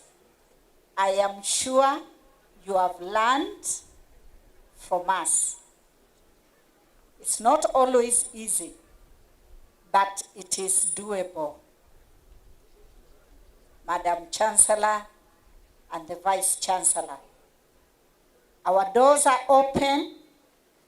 Please run to us, consult with us, and we shall also consult with you, because we know that knowledge is two-way. It is not only one way. And to finish, to the grand ones, congratulations. Be the alumni, the first fruit of this university, and which the university should be proud of. Others will come. Set the pace, set the way, and a bright one, and it shall be followed. Thank you very much, and God bless you. Thank you, Ma'am, for holding our hand to bring us this far. And as you have said, we shall surely remain forever grateful for your guidance, and we will not forget to come when we face challenges that we need support. Lastly, allow me again to recognize chairs of other university councils. Because of time, I may not be able to request all of them to come here, but I just want to say you are our partners, you are our friends, you are part of this growing team called University Councils. Kindly, wherever you are, feel recognized and appreciated. Thank you very much. Allow me to continue now with the speech. It is my joy to welcome you all today to our first graduation ceremony. It is an important occasion that marks a significant milestone in Kaimosi Friends University calendar. We celebrate this day with a deep sense of gratitude to God, by whose grace we are able to gather here today and do what we are doing. On behalf of the University Council, the University Management Board, the Senate, the staff and students of this great university, I express my heartfelt appreciation to you for joining us to celebrate this day. I also take this opportunity to convey our special thanks to the chief guest, the Prime Cabinet Secretary, His Excellency Dr. Wycliffe Musalia Mudavadi, EGH, for gracing the graduation. Your Excellency, sir, currently KAFU does not have a substantive chancellor. It is our wish and humble request that you become the first chancellor for this university, and we pray that you will accept that request. Madam Chancellor, today we gladly released to the job market 402 graduates in various categories ready to take their place as the future workforce of this country and beyond. The theme of this graduation is transforming a generation for a dynamic world. This resonates well with our commitment to developing talents for a better Kenya and indeed a global service to humanity. As a learning and research institution, KAFU stands at a vantage point of strengthening our country's policies and service delivery for the realization of Vision 2030 and Agenda 2063. I would like, therefore, to ask all our stakeholders to join us in our undertaking to improve the quality of human capital in this university and in Kenya as a whole. Madam Chancellor, I acknowledge and appreciate tremendously the diligence of our University Council, University Management Board, the Senate, the Dean of Schools and Directors, heads of section, the academic and administrative, as well as our students for working tirelessly to make this day a success. The Council is committed to positioning this university into a competitive, dynamic, global academic and research leader. I am certain that we will expand our services beyond Vihiga County and deliver client-centered services to all our students and stakeholders. Madam Chancellor, I sincerely commend and salute the University Management Board for their pragmatic stewardship that has seen the University Masinde Muliro University of Science and Technology in 2014 to a constituent college and now a full-fledged university. It is due to your visionary leadership that these milestones have been culminated in this auspicious occasion of the first graduation ceremony. The Council is pleased and confident in the leadership of KAFU for initiating several strategies that are aligning the institution to a center of academic excellency in the region. We have integrated ICT in teaching and learning, and ensured adherence to academic and research standards, and are working towards the Q requirement on the ratio of lecturers to students. Madam, in order to implement these strategies, we request enhanced capitation from the government in this financial year. In addition, the Council is proud of the University Management Board for augmenting our internal generated funds through modern dairy farming. Currently, KAFU produces 100 liters of milk daily and over 10 trays of eggs per day. We also grow maize to cater for the institution's food requirements. These projects bring in income annually, saving the university a lot of money. Madam Chancellor, the Council takes cognizance of the fact that KAFU's growth and development to the current status has been occasioned by the university's management prudent utilization of the limited resources. Notably, we ensured that the university complies with the statutory and regulatory requirements and management in accordance with the principles of corporate governance throughout the previous financial years. We have paid our bills on a timely manner, and I am happy to report that the university has no pending bills as at 30th June 2022. Moreover, the university has developed and implemented 70 policies and is progressively moving towards ISO certification. We have successfully completed our flagship project, the Uhuru Kenyatta Tuition Complex, which is on our far right, as well as renovation and equipping of the buildings we inherited from Kaimosi Teacher Training College. This has created a conducive environment for the pursuit of our core mandate of teaching, learning, and research. As a young university, we aspire to expand both our physical and human resource capacities. We are constructing an ultra-modern library and perimeter wall around the university. Based on the fact that KAFU's niche is in health sciences, we look forward to building a health sciences complex. In addition, the university requires an administration block of 10,000 capacity and 10,000 capacity hostels for growing number of students and 1,000 staff houses to accommodate the staff. In order to complete these projects, we humbly appeal for more funding from the government.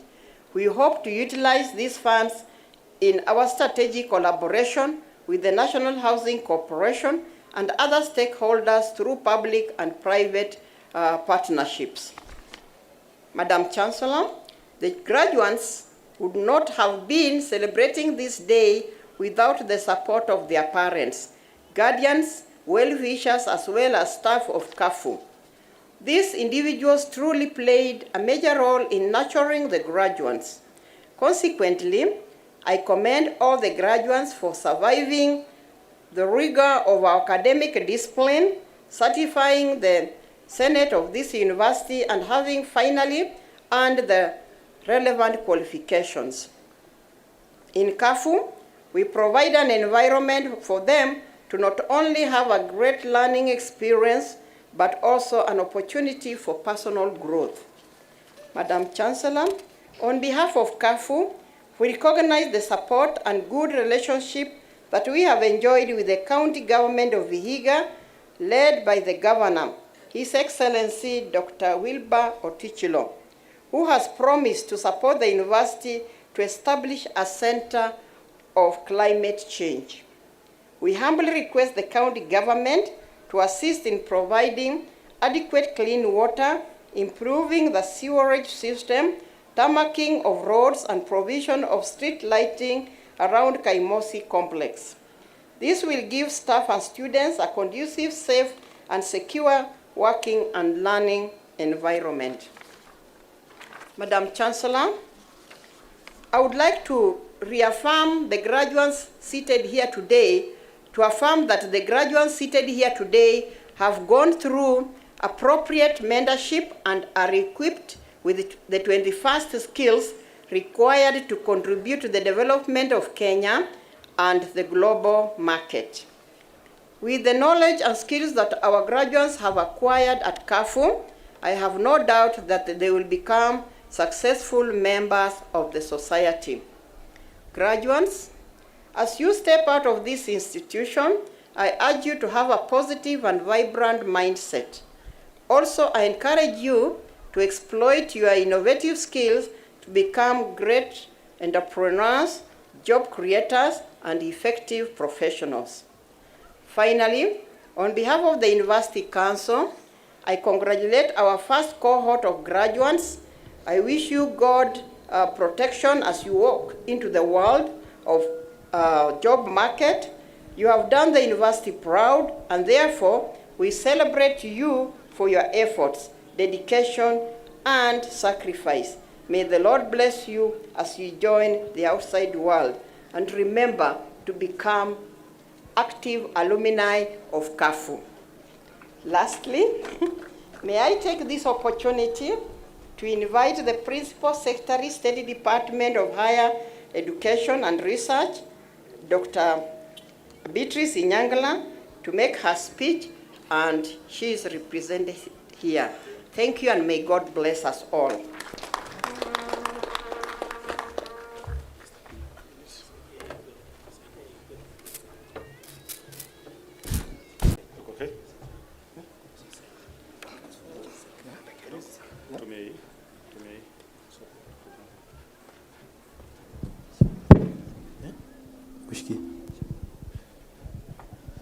Speech for the Principal Secretary, State Department for Higher Education and Research, Dr. Beatrice Nyangala, the Prime Cabinet Secretary, His Excellency Salim Dafadi, Madam Chancellor, Dr. Benedict Mungai, the Presiding Chairperson of the Council, KAFU Vice Chancellor, Professor Nandi, the Governor, Vihiga County, His Excellency Dr. Tichilo, Deputy Vice Chancellors, members of the University Management Board and Senate, researchers and scholars, graduates, distinguished guests, ladies and gentlemen, on behalf of the Cabinet Secretary, Ministry of Education, and on my own behalf, I'm pleased to join Kaimosi Friends University in celebrating the first graduation ceremony. As a university, you are celebrating your first graduation, which is a great milestone following the award of the Charter on August 2nd, 2022. As a ministry, we are proud of double achievement within a short period of time. We wish to congratulate you on your hard work following the fulfillment of all the requirements of the Commission for University Education Regulation for award of a charter.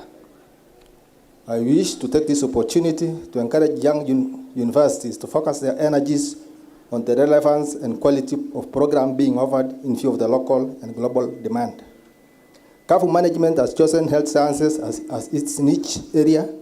As a ministry, we welcome this choice because the program being taught in health sciences in your universities are in high demand, not only in Kenya, but also globally.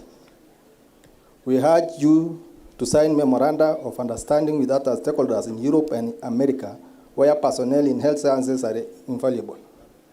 This is to guarantee job opportunities and greener pastures for your graduates. As a ministry, we note with a lot of appreciation that KAFU is one of the few universities which have prudently managed finances received from the Exchequer. It is among the universities without any pending bills. Such institutions shall be highly supported in terms of capital and recurrent budget to fulfill their vision and mission. Madam Chancellor, I take the cognizance of that fact that Kaimosi University has laid the foundation for open, distance, and e-learning, or DEL, through investment in information, communication, technology infrastructure, digital literacy, digital content development, and multi-skilling of lecturers and learners. This is evidence that KAFU is aligning their programs with government and global priority areas. Increased enrollments translate into production of highly qualified human resource, and that depends on the quality of education that the university will offer. We also support KAFU initiative to nurture for Koli to become a fully fledged university in the near future. Madam Chancellor, as we celebrate these great achievements, I urge the management to continue upholding prudent resource utilization and also come up with strategies to enhance its income-generating activities.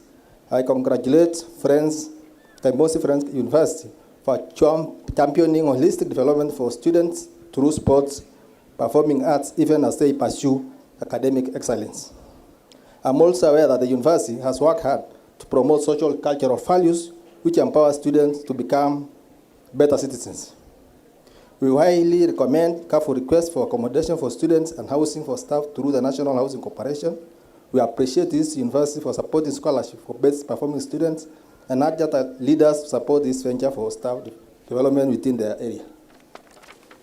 For the graduates, I take this special opportunity to congratulate you for this significant achievement and wish you success as you get into the job market.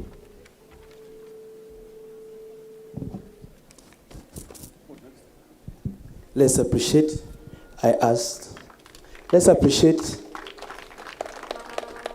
Madam Chancellor, with your permission, I want to invite the Vice Chancellor. Madam Chancellor, with a lot of humility, I want you to allow me to invite His Excellency, the Governor of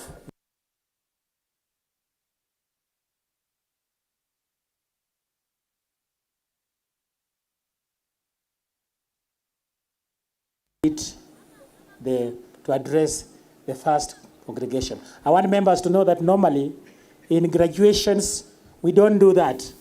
But this is the first graduation. This is the time we are celebrating a university in this county. And therefore, for us, the governor is very, very important. He has played a very important role. The county government has played a very important role. And all of you leaders who are here, we recognize you. So we wish to give you this opportunity to talk to the graduates. Your Excellency, the Governor. Can you all you stand for the Governor? Thank you very much. I think you can use this one. Okay. Is it okay? Okay, fine. The Chancellor of our university, Acting Vice Chancellor, all Vice Chancellors from various national universities who are with us here, all the leadership from Vihiga County and beyond who are here, our distinguished guests, and especially our graduates. I want to start by congratulating our graduates of this university. As a governor of this county, I'm proud of you for having been the first graduates of this university. Therefore, we want to say we are very proud of you, and we want to wish you best of luck in your future endeavors. But as the Acting Vice Chancellor said, you are the pioneers of this university, and we would want to form alumni that will see this university move to greater heights. I wish to thank the government of Kenya through the presidency who awarded us the charter for this university.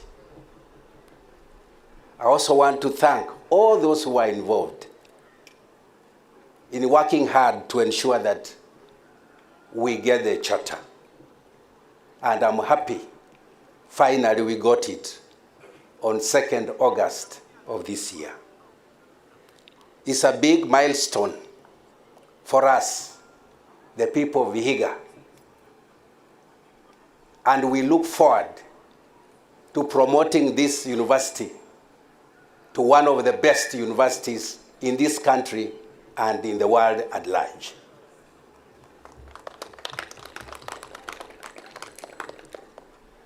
Therefore, we have a lot to do. It may have appeared easy to get, hard to get the charter, but I think we have a bigger job to do as a county and as a community to see that this university moves to greater heights. I want to take this opportunity on behalf of the government of Vihiga County to pledge our total support and commitment to this university. We are going to work together with the University Council, with the university management to ensure that this university moves to greater heights. there are certain programs and development activities that we work together with the government, with the university. Issues of water, we are going to address that matter. We'll also look at the issues of road network, lighting, and security.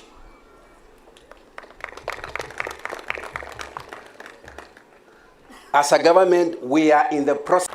We have already undertaken the spatial planning, and what is remaining is to take the whole process through our county assembly and then to the Ministry of Urban Planning and Fiscal Planning before we declare this area a municipality. And once we do so, we expect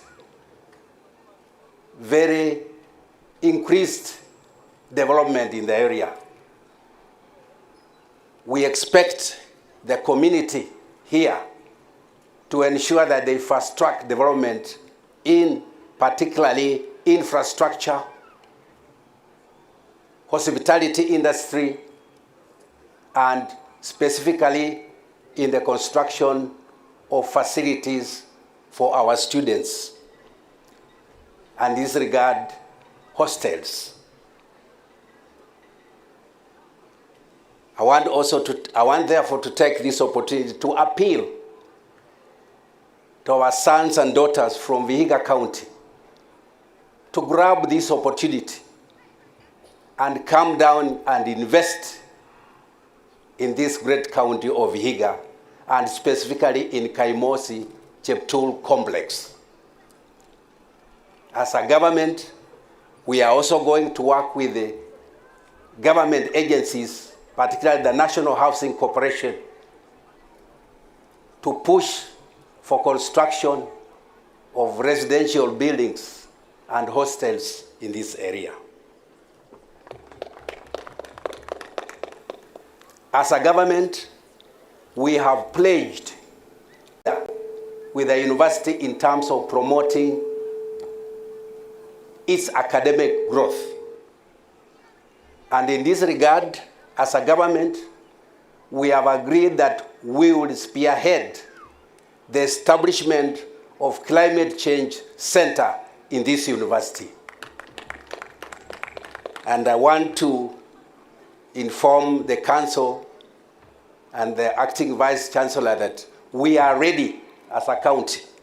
And as early as next year, once we have the MOU, we are ready to establish a climate change center in this great university. Further, we are ready to establish a geospatial technology center in this university. Currently, Vihiga County is a leader in geospatial technology in this country. And we want to bring this technology, this university, so that this center can be a main center of geospatial technologies in this country.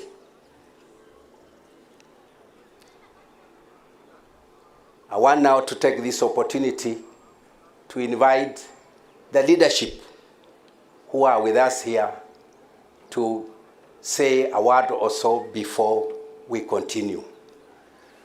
I would like to start by inviting our women rep, Mama County, to come and say a word, and we move on.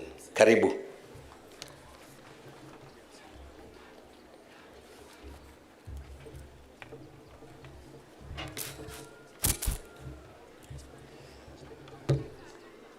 Good afternoon, invited guests, parents and relatives, all members of staff, graduates, all stakeholders present, distinguished ladies and gentlemen.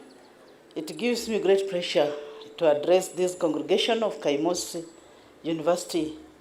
Let me start by conveying my heart congratulations to all graduates. I'm very proud of you all. Today marks a great milestone for you your families, and the Kaimosi University community. You have completed this important phase of your career development, and now you are ready to embark on a new journey of fulfillment to practice and apply the knowledge that you have acquired. I want to sincerely thank the lecturers and the entire management of Kaimosi University. You have heard sometimes beyond, who have heard that sometimes beyond their call of duty to prepare you for the market. And I'm very sure you are very ready. We are proud of you. You are our pride, being the first graduates of this university.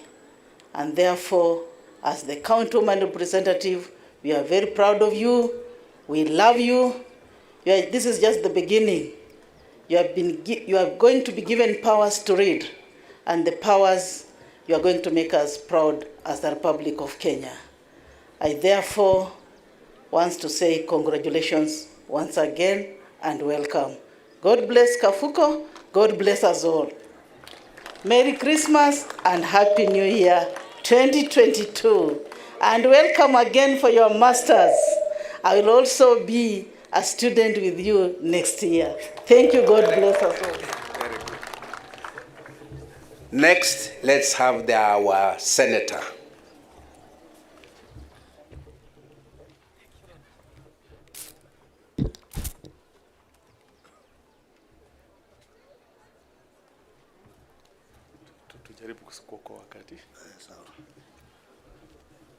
The chairperson of the University Council, the acting vice chancellor, governor, members of parliament, the speaker of the county assembly and the MCS, the graduates, parents, and the community. Hamjambo. Comrade power. Comrade power. That is what we used to do when we were at the university. Mine is very brief. I want to congratulate the graduates for this achievement. It's a great achievement, but this is just the beginning. It has given you the power to read and write. So I want to encourage you to continue aspiring for more knowledge. Secondly, Governor, allow me to say this as a senator of this area. And I wish we had someone senior in government here. But I'm told the Prime Cabinet Secretary is on the way. But allow me to speak out because I know it's in the minds of these people. We were given a charter 4 months ago by President Uhuru Muigai Kenyatta.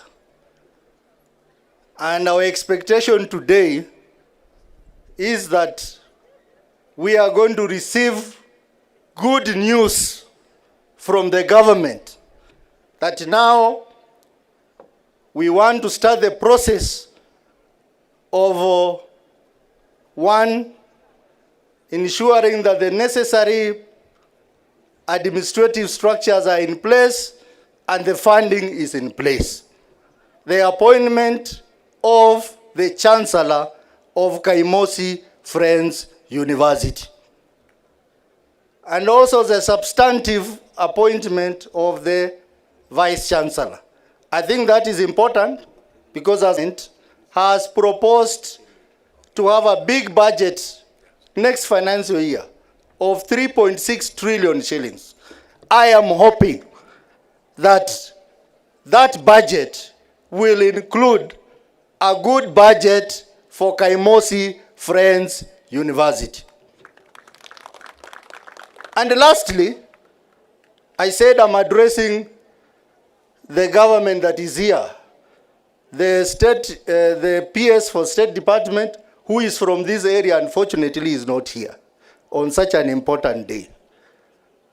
I want to say that I've seen the proposals from the government on the funding of universities. I want to encourage the government to engage all the stakeholders in this decision, because we want our sons and daughters to continue receiving quality university education that is affordable. But if we make proposals to reduce university funding and hence hike the fees of the university, will be killing the dreams of these young people. So we are asking the government, please engage in world consultation with all the stakeholders in the university sector so that we have affordable, quality university education for our children. We cannot be talking about a hustler regime when the hustlers cannot afford university education. Ama namna gani?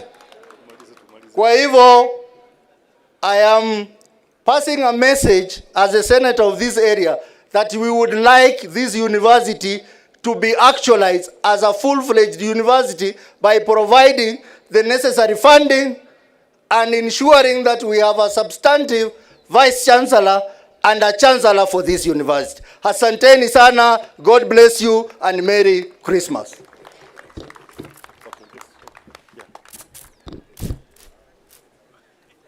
Well, you have heard, but I want to caution those who will come next. I'm giving you just a minute to make a few remarks and not to make a big speech. I would like to recognize our county assembly, which is well represented here by most of the MCS. I would like them to stand so that you see them. County assembly MCS. They are all here, and they are here with their speaker. So I would like the speaker just to come and talk on their behalf for 1 minute.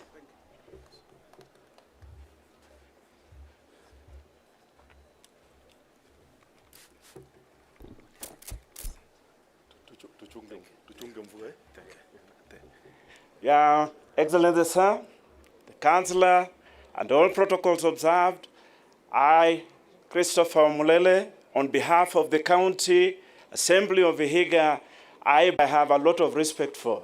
He is now the elder of the Golden Hat. So you will allow me to be referring to him as the elder kindly going forward. So thank you. We identify ourselves with this university. We are proud of it. And I went, personally, I have heard the appeal that was made by the Vice Chancellor. For myself and my family, I want to commit here today that I will provide an endowment fund for 3 students of this university going forward, starting with next year. Every year I will sponsor 3 students, personally, I and my family. Thank you very much. God bless.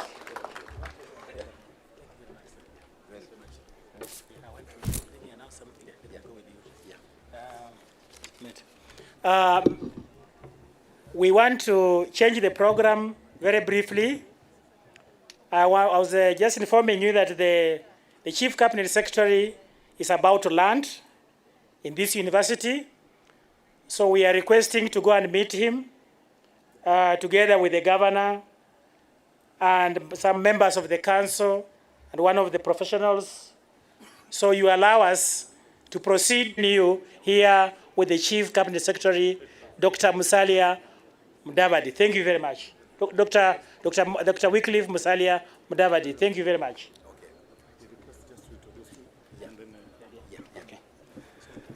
Well, as we do what we have been instructed to do, I want to call upon my Deputy Governor to come and say a few remarks. Then you will invite the area MP.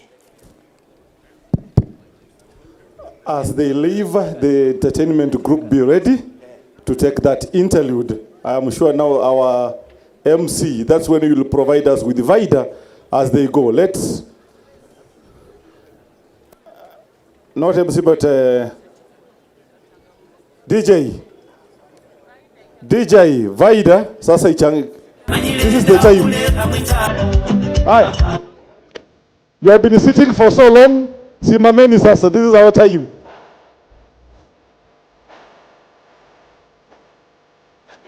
Hebu changamsha mwili sasa.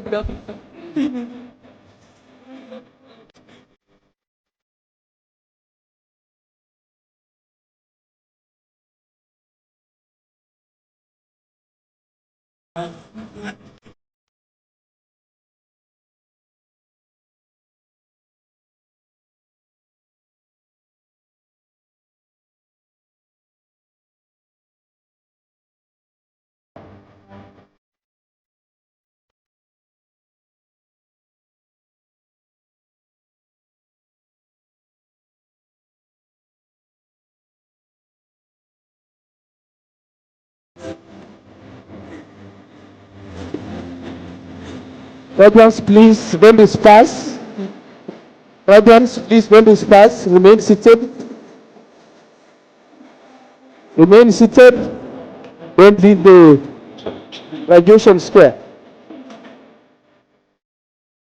Graduates, please, remain seated. Don't leave the graduation square. Graduates, please, remain seated. Don't leave the graduation square.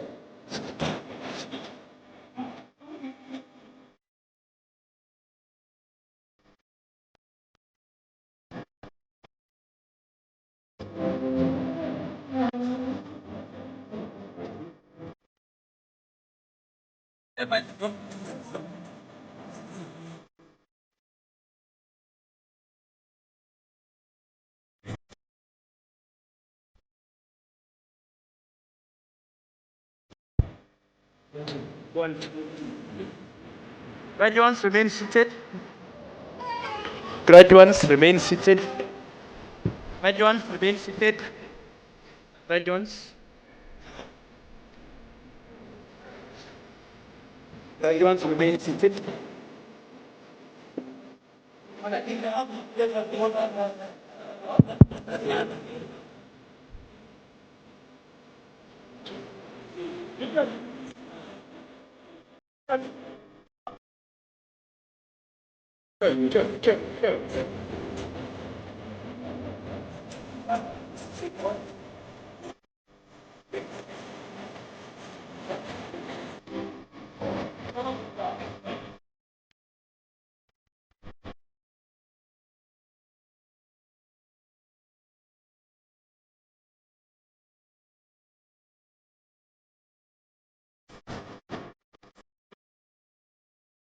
Check, 1, 2, check.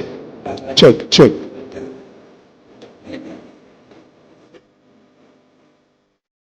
Check, 1, 2, check. Check.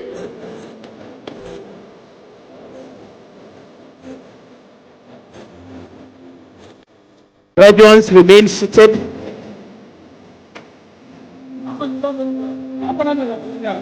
Kila mtu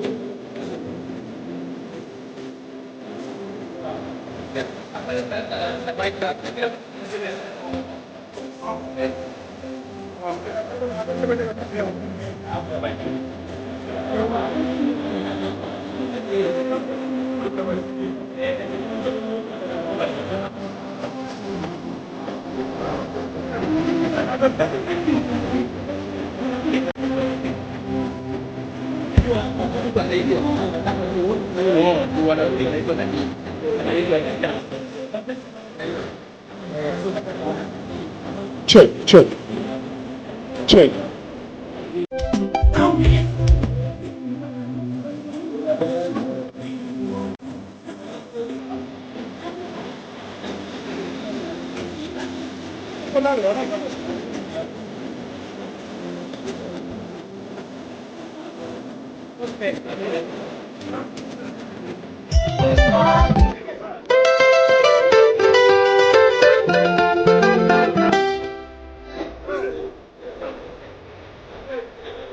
Kindly, security, clear the red carpet. Security, clear the red carpet.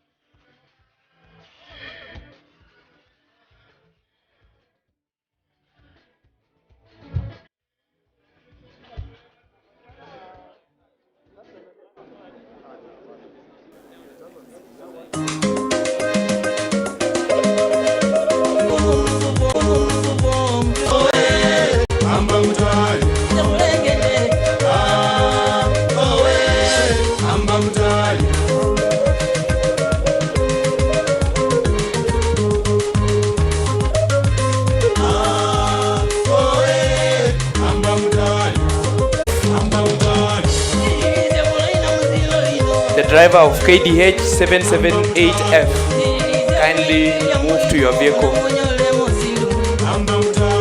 Mwenye gari KDH 778F, tafadhali elekea kwa gari yako uliondoe. KDH 778F, kindly move your vehicle. The owner of KDH 778F, kindly move your vehicle. Ladies and gentlemen, the chief guest is almost landing. Makofi ya chief guest.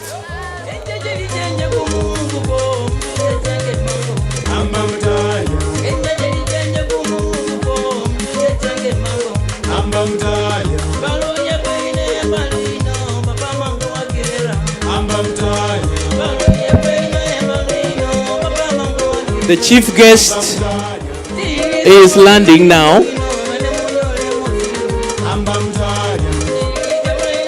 Atakapowasili basi tutamkaribisha na shangwe na nderemo. Aina ya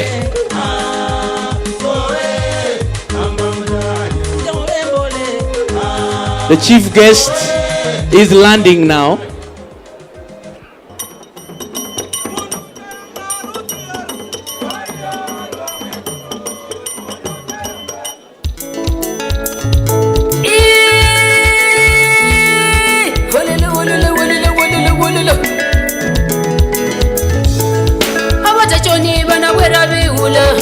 Banyala hocha na kubabalera Maiba yoleti wasomya Olukendo lo mwana wananjabo Batachoni bana kwerabi Those of us who are standing, around the red carpet, let's be seated. Security, those of us there, please. Let us clear. That is the designated parking area for the guests. Security, kindly help us to clear.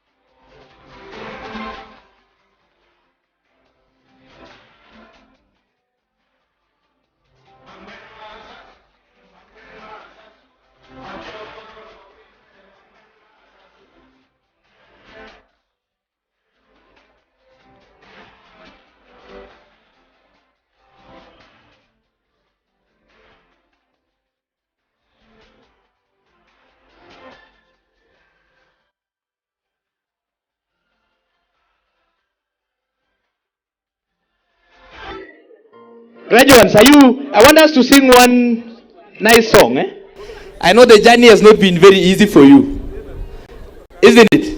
Yeah, and we just want to thank God for the journey of the 4 years. DJ.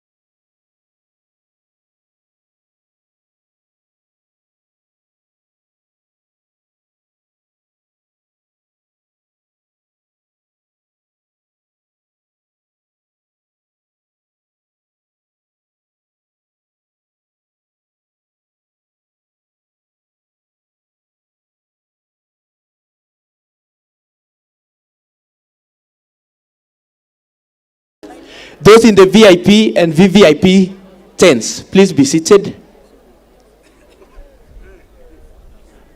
Those in the VIP and VVIP seats, please take your seats. Graduates, please be seated. Security, help us to clear those people just directly opposite me. That area should be clear. Clear the entrance.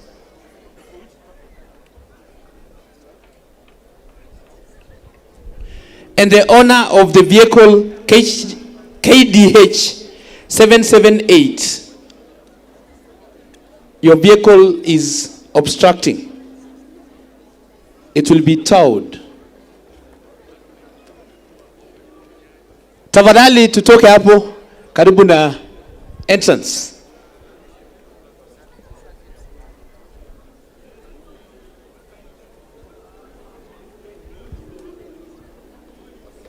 Graduates, let's be seated. The chief guest is making his way to the graduation square.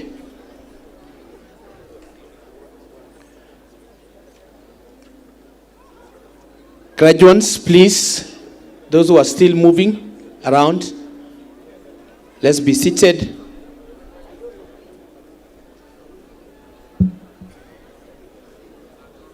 The chief guest is, we can see him from the other end. Tumkaribishe jamani na makofi. Tupige makofi tu until he sits down. Salvation Army Band, please. Give us some. Makofi jamani. Welcome our chief guests.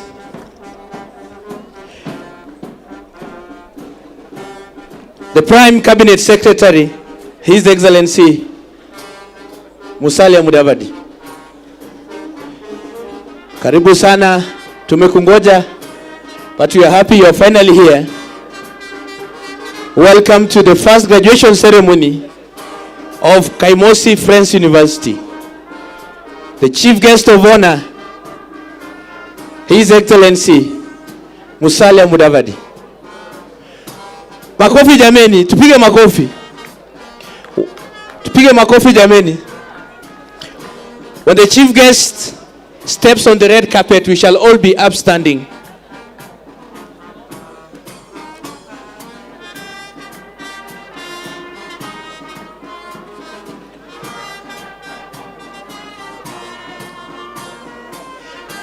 Ladies and gentlemen,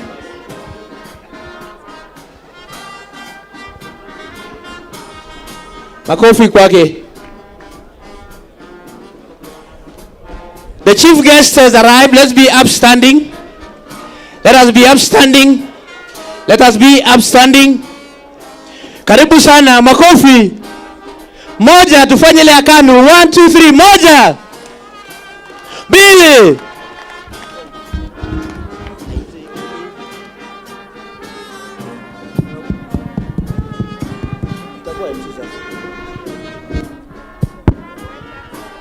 Makofi jameni.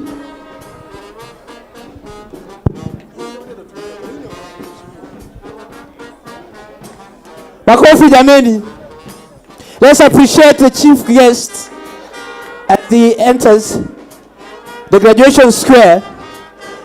Karibu sana, His Excellency Musalia Mudavadi, robed in the first graduation ceremony. Your Excellency,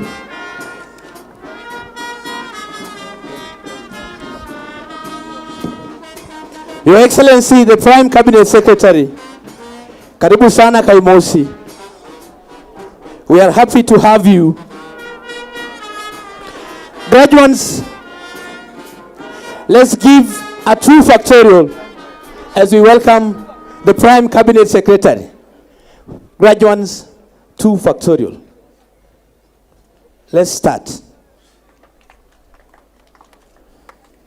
Hey, graduates, let's give 2 factorial. Thank you so much. I want to invite the Vice Chancellor to proceed.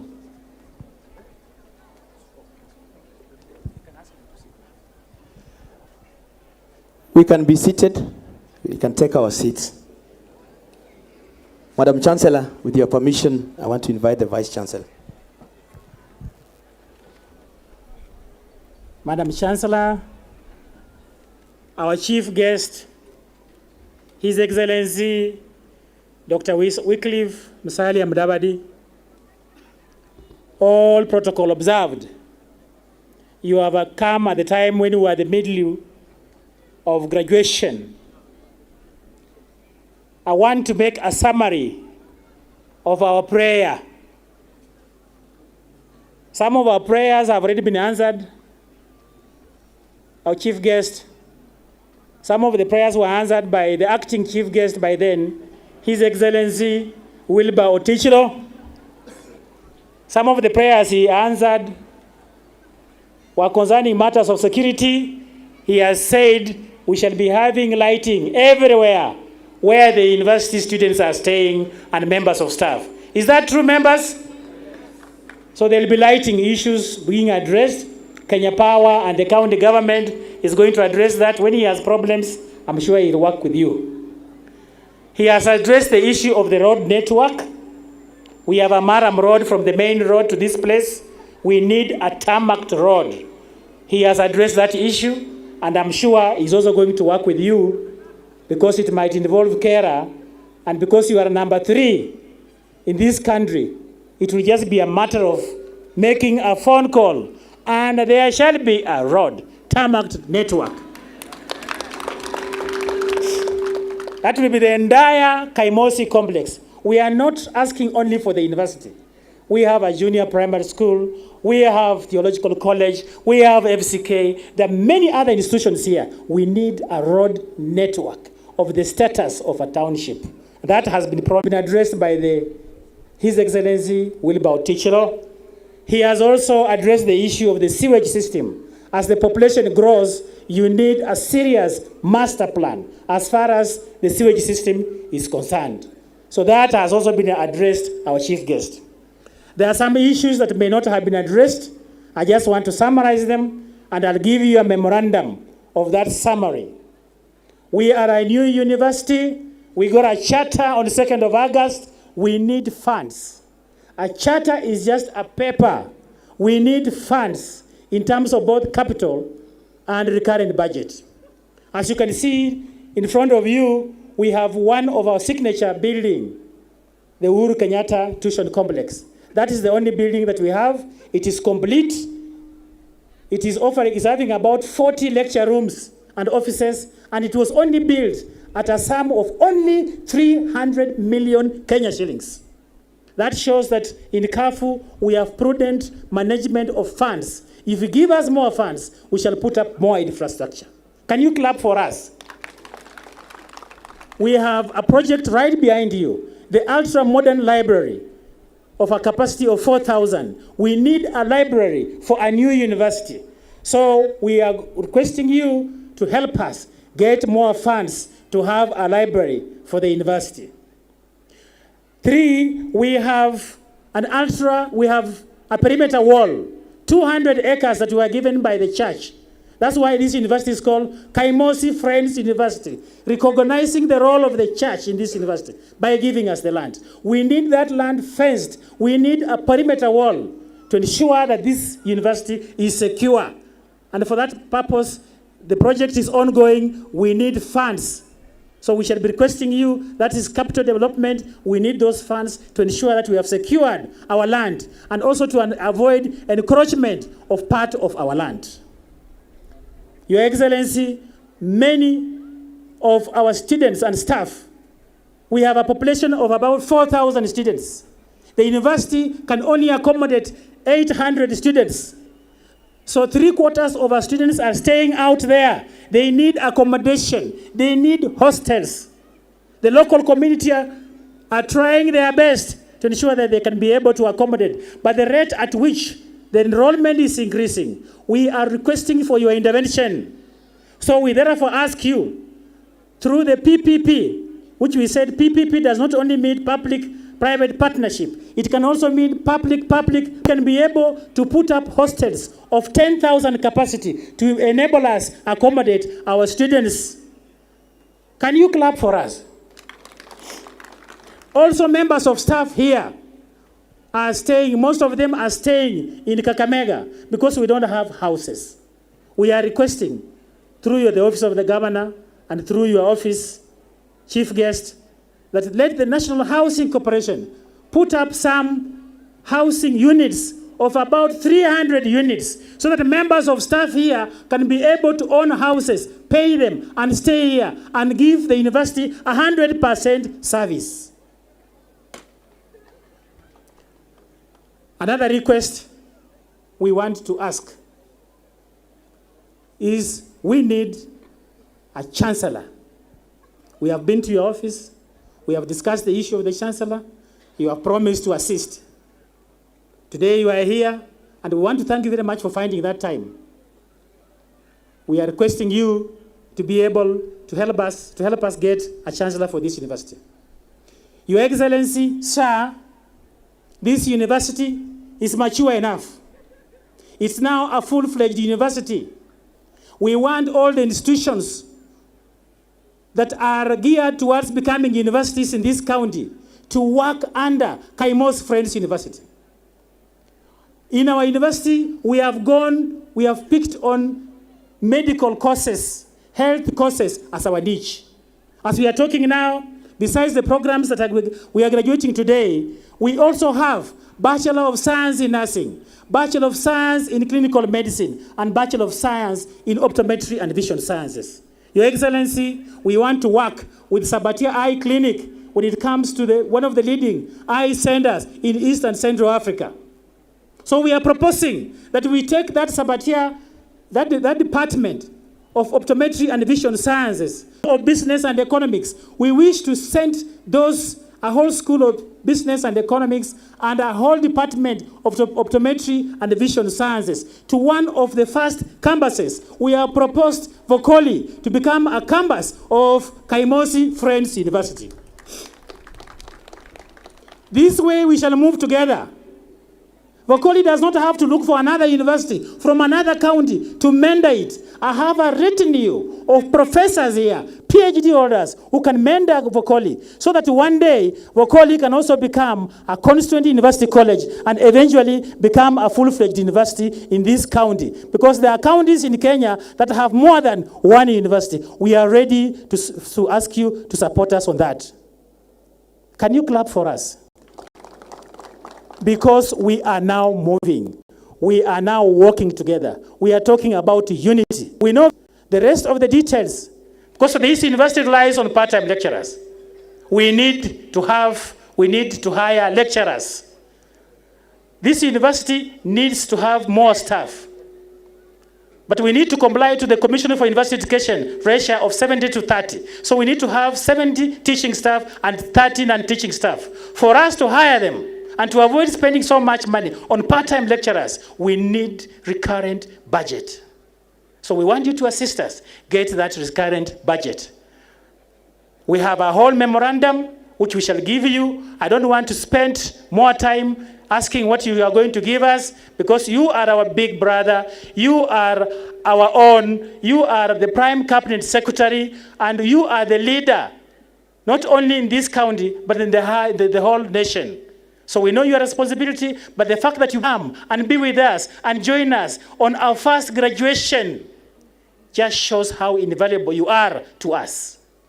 And with those many remarks, I want to take this opportunity to ask all the members who are here, all the students who are here, everybody who is there, can you all stand up, give our Prime Cabinet Secretary a standing ovation. All of you, can you stand for him? And can you clap for him continuously until when the governor takes over to complete his program? Welcome, Your Excellency, Dr. Wilbur Otishiro. Thank you very much. Very good. Thank you. Okay, let us be seated. Because of the time constraint, we shall be very, very brief.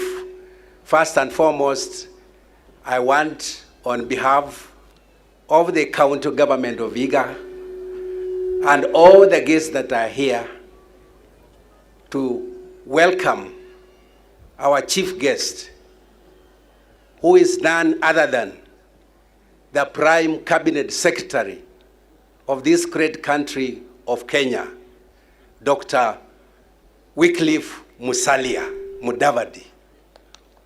We are very proud of you, and we want to say that as a county, we value you, and for you coming in this first graduation, you have demonstrated that you love this country, you love this county, and particularly you love our new university.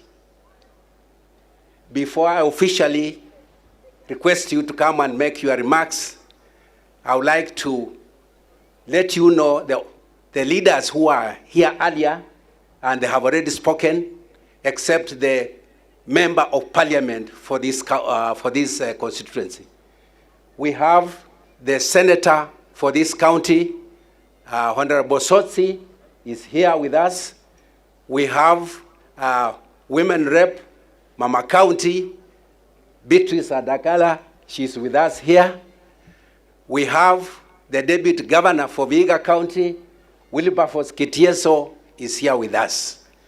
Also, Your Excellency, we have a whole team of our MCS from the county assembly, led by none other than the Speaker, Honorable Chris Omlele, is here.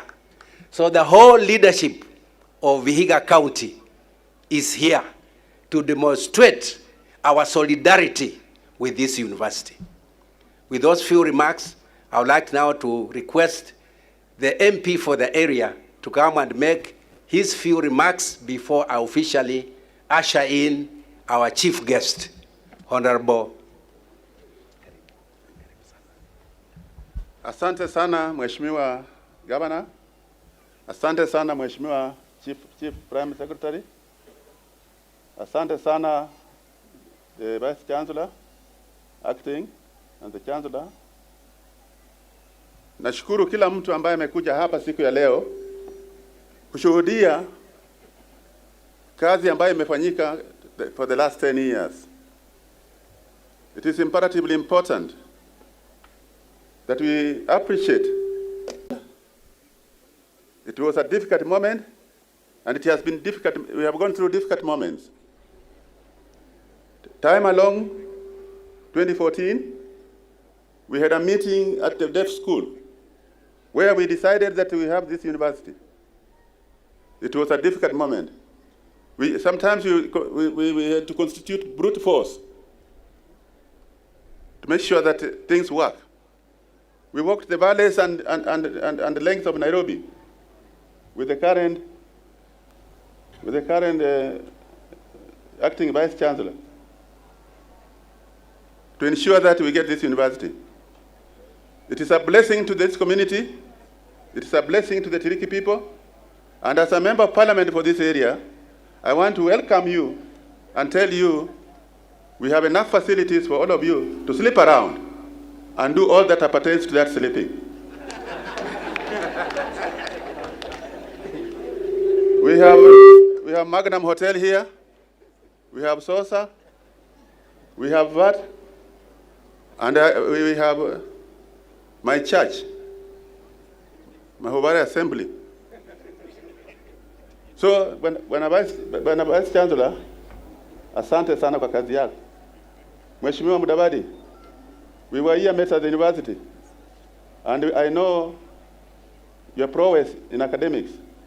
I'm also very learned. Mheshimiwa Mudavadi is equal to the task.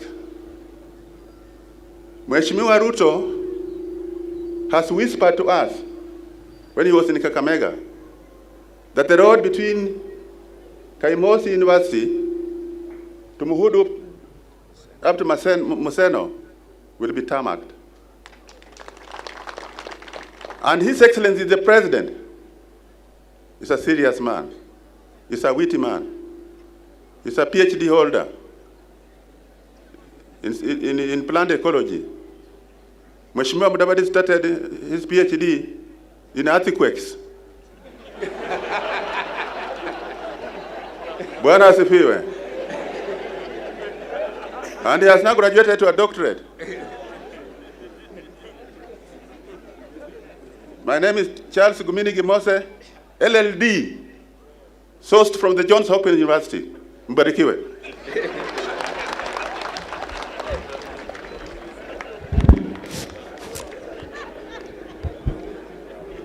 That is the message from your member of parliament. Now is my singular privilege to take this opportunity on behalf of the council of the university and the community of this university to request our chief guest, Honorable Dr. Wycliffe Musalia Mudavadi to come and make his address to this great congregation.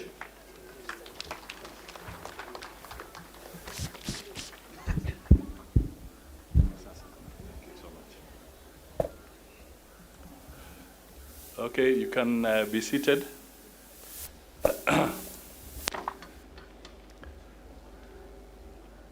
Madam Chancellor, the presiding chairperson of Council, the acting Vice Chancellor, Professor Nandi, members of the KAFU Council, the Governor of Vihiga, His Excellency Dr. Wilbur Otichilo,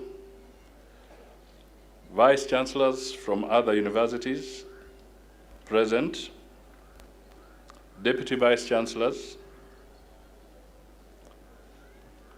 members of Parliament, both Senate and National Assembly, members of the County Assembly, staff and students, distinguished guests, ladies and gentlemen. First, let me take a minute to different venues very early in the morning, and thereafter we can engage in other activities. So I deliberately requested that I find my way to Bungoma because then from there I can come to Kaimosi, which I could not dare miss.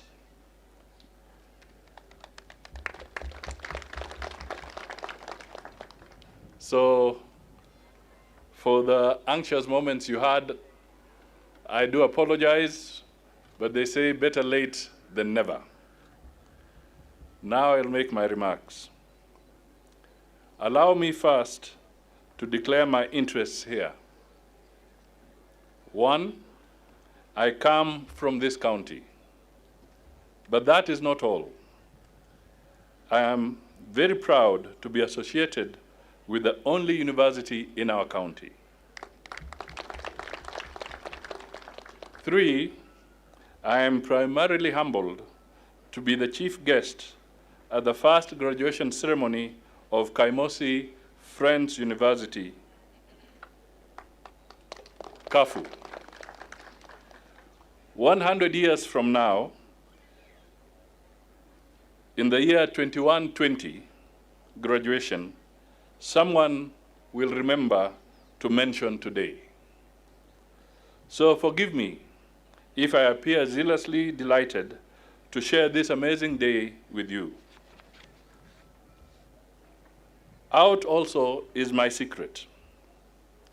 When the chairperson of the council, Dr. Mongai, and the acting vice chancellor paid call to my office on Monday, November 14th, 2022, they made the request for me to be the chief guest during this graduation. I, of course, graciously accepted. But what they didn't know was that I was looking forward to it.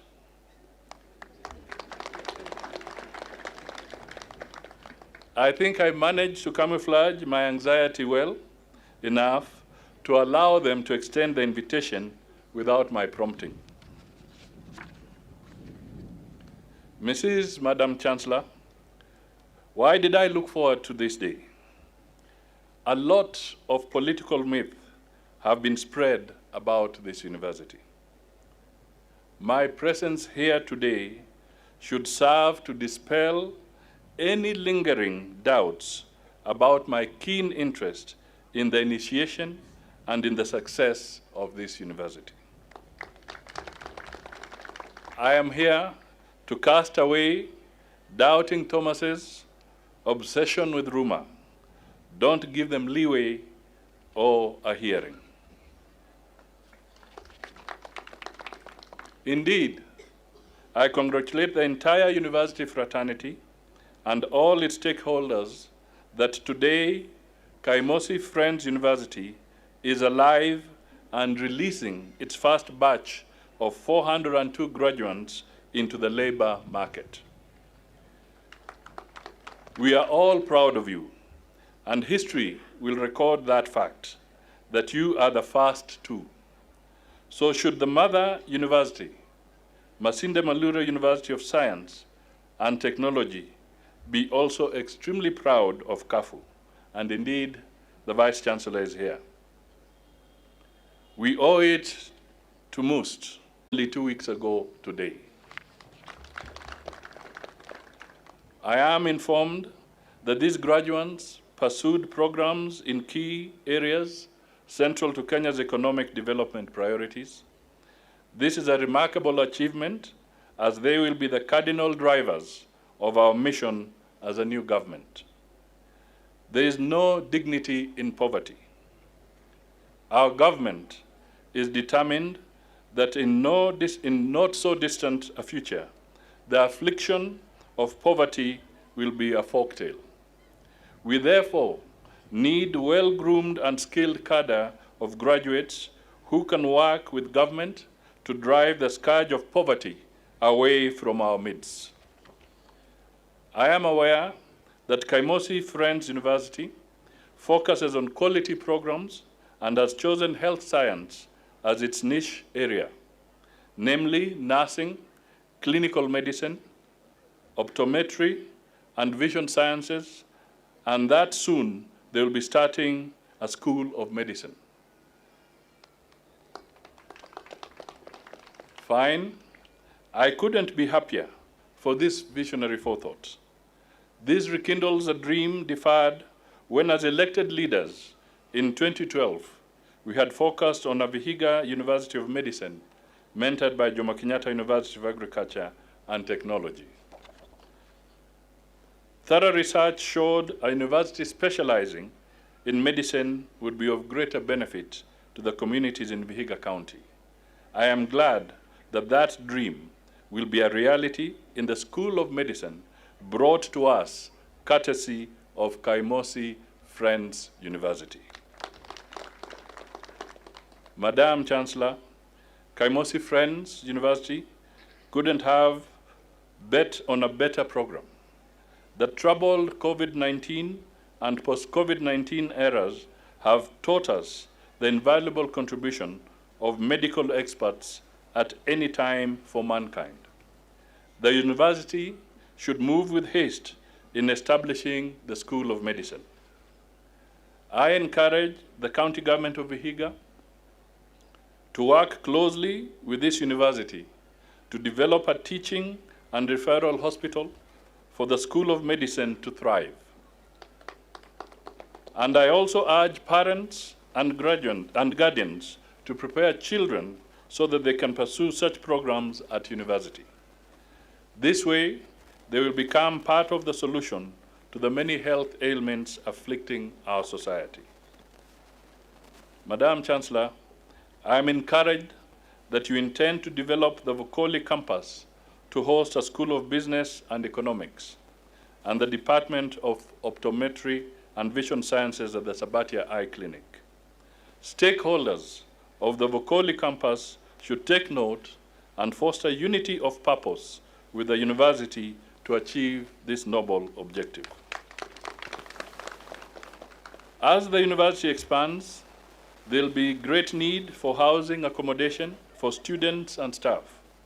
As government, we will do what we can through various programs and affordable housing to get a solution to this problem. I promise to pursue this matter conclusively to attain accommodation for students and housing units for staff members. But the quickest way is for residents with pieces of land to spare to partner with KAFU under the private partnership programs arrangement. As a person in that industry, I assure you, you will not regret it. A growing university has also many teething problems and requires an understanding and supportive local leadership. The university management has done its bit by acquiring the fully fledged university status in less than 5 years. And in less than 6 months, it is holding its first graduation. This is a great achievement. I support them and urge all stakeholders, and especially the local leaders, to support the university.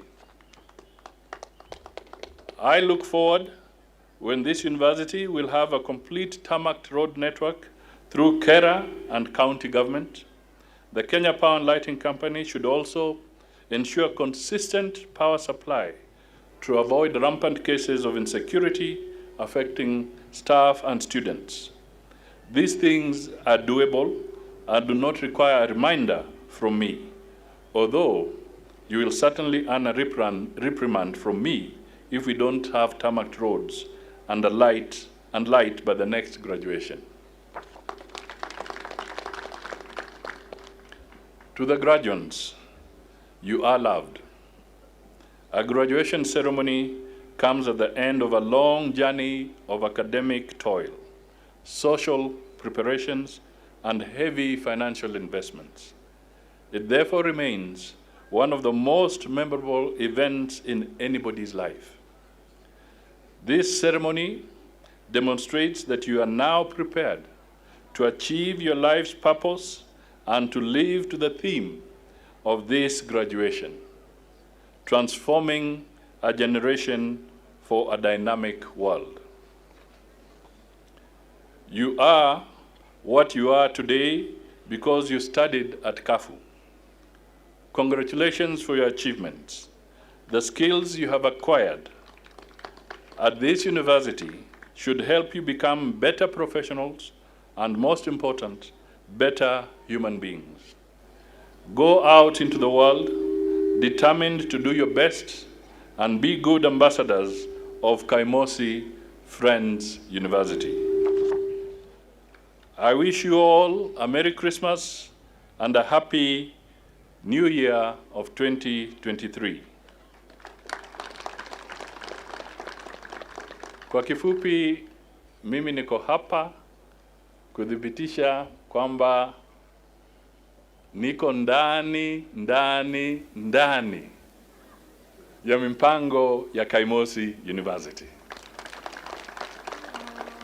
Tutashirikiana na viongozi wote na wanafunzi na jamii na serikali ya Vihiga County na serikali ya kitaifa ili tuzidi kuimarisha chuo hiki ili Wakenya wapate nafasi nzuri ya kuongeza masomo yao na kusaidia taifa letu.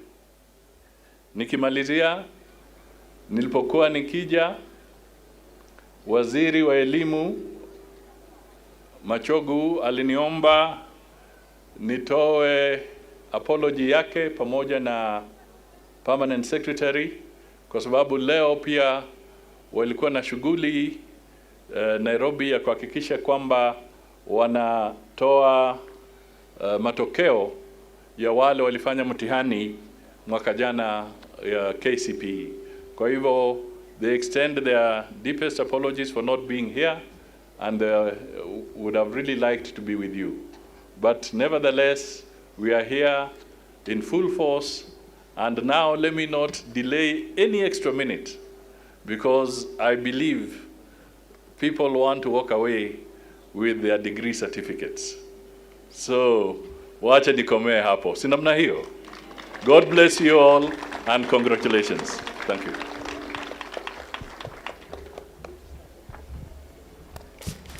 Let's appreciate the chief guest.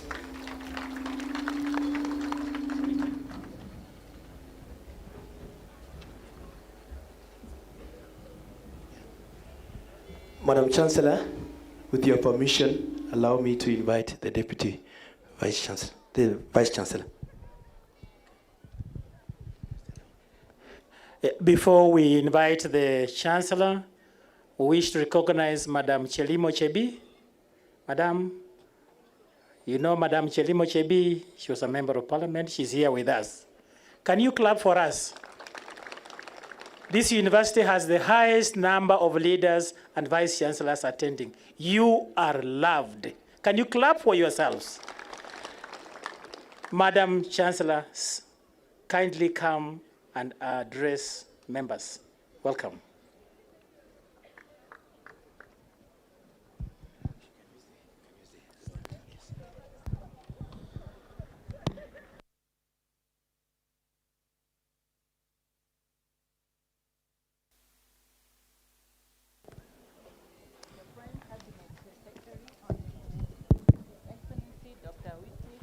Musalia Mudavadi. It's a privilege and honor to have you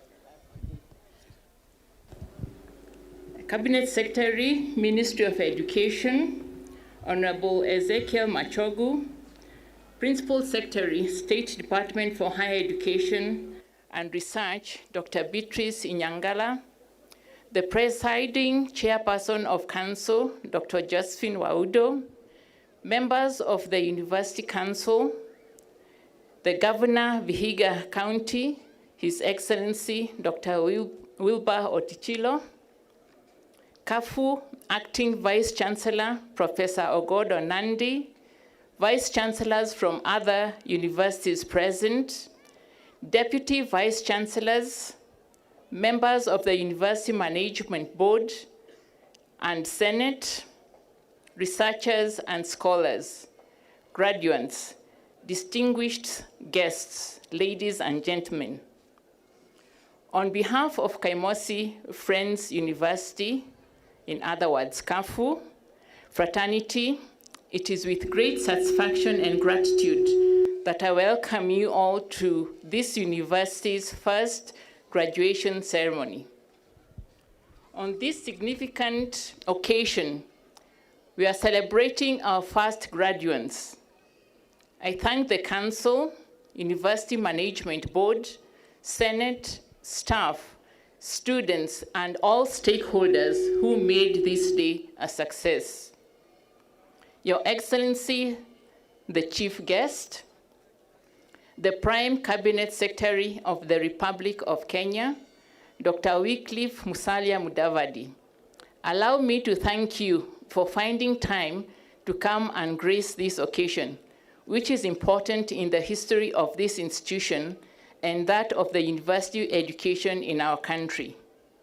Indeed, this is an event that will be remembered for a long time in this university because there will never be another first graduation after this. Ladies and gentlemen, I thank His Excellency the President of the Republic of Kenya, Dr. William Samoei Ruto, ECGH, for appointing our chief guest to the position of Prime Cabinet Secretary of the Republic of Kenya, which is the third highest ranking position in the government of Kenya. As a university in your county, we celebrate this appointment because we are the direct beneficiaries. We are already feeling the warmth of our own in our own university. Kindly convert our challenges into your opportunities for your own well-known celebrated solutions.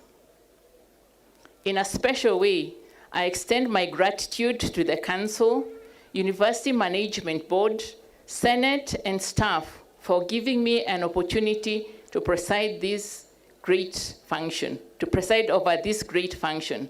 It is such an honor. Ladies and gentlemen, the university has made great strides over a short period of time, challenges notwithstanding. I thank the Commission for University Education, CUE, while acting as a thorough regulator, has mentored our growth to a fully fledged university. I assure you that as a university, we shall remain committed to the Commission for University Education standards and guidelines as we grow towards becoming a world-class university based on academic excellence and research. I thank the Council, the University Management Board, Senate, and staff for successfully steering Kaimosi Friends University College, KAFUCO, as it was formerly known, to the chartered university that it is today. This institution provides quality education and training, research and innovation that meets the needs of a dynamic society. We pride ourselves for having the capacity for solving societal problems, creating new products, and generating knowledge that can be adapted for positive economic, political, and social transformation. I call on the government of Kenya, the Ministry of Education, the county government of Vihiga, the local community, council, staff, and students to support the leadership of KAFU so that we may all reap the benefits of a more responsive, resourceful, progressive, and effective university system. Ladies and gentlemen, the fast growth of the university has posed financial challenges. It is my humble plea that KAFU be considered for increased budgetary allocation from the government. I think our chief guest has had our call.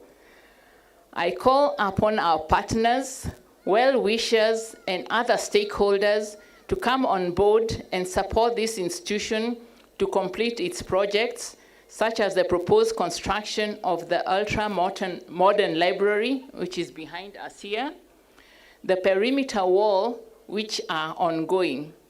We also look forward to constructing an ultra-modern medical complex to accommodate our niche in health sciences and take other key infrastructural developments that will host the growing students and staff population of this university. Your Excellency, the Chief Guest, our university was awarded a charter, a document with all the powers that accompany it as per the Universities Act 2012. However, this does not come with a budget to enhance the capacity of fulfilling the core activity of teaching and research. It is our humble request that the supplementary budget forwarded by our university be considered to enable us attain the financial position of a fully fledged university. We thank all stakeholders for supporting the university, especially the church for donating the land. We urge other stakeholders to identify ways and means of supporting this university because its future depends on prudent management, quality of programs, and enrollment of students beyond Vihiga County and the region. Therefore, the reputation of KAFU is critical, both locally and globally. Graduates, I congratulate all of you for making us proud. This graduation ceremony is a culmination of the excellent results brought about by your persistence, resilience, and determination. As we celebrate this historic achievement, let us remember that education is the avenue to a greater future. In my previous university, USIU, our logo or motto was, "Education takes you places," and I believe the same applies here. As you join the outside world, continue striving towards excelling in all facets of your lives. I encourage you to be virtuous ambassadors of Kaimosi Friends University.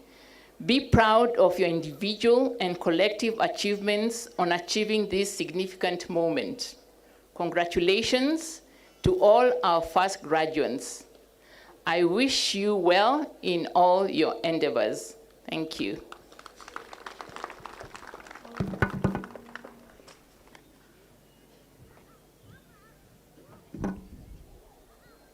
Madam Chancellor, I now wish to invite the Deputy Vice Chancellor, Academic and Student Affairs for the award and conferment of diplomas and degrees.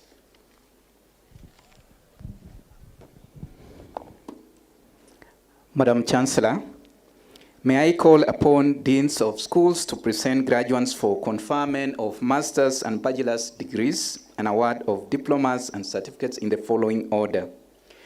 Dean, School of Business and Economics, Dean, School of Computing and Information Technology, Dean, School of Education and Social Sciences, Dean, School of Science.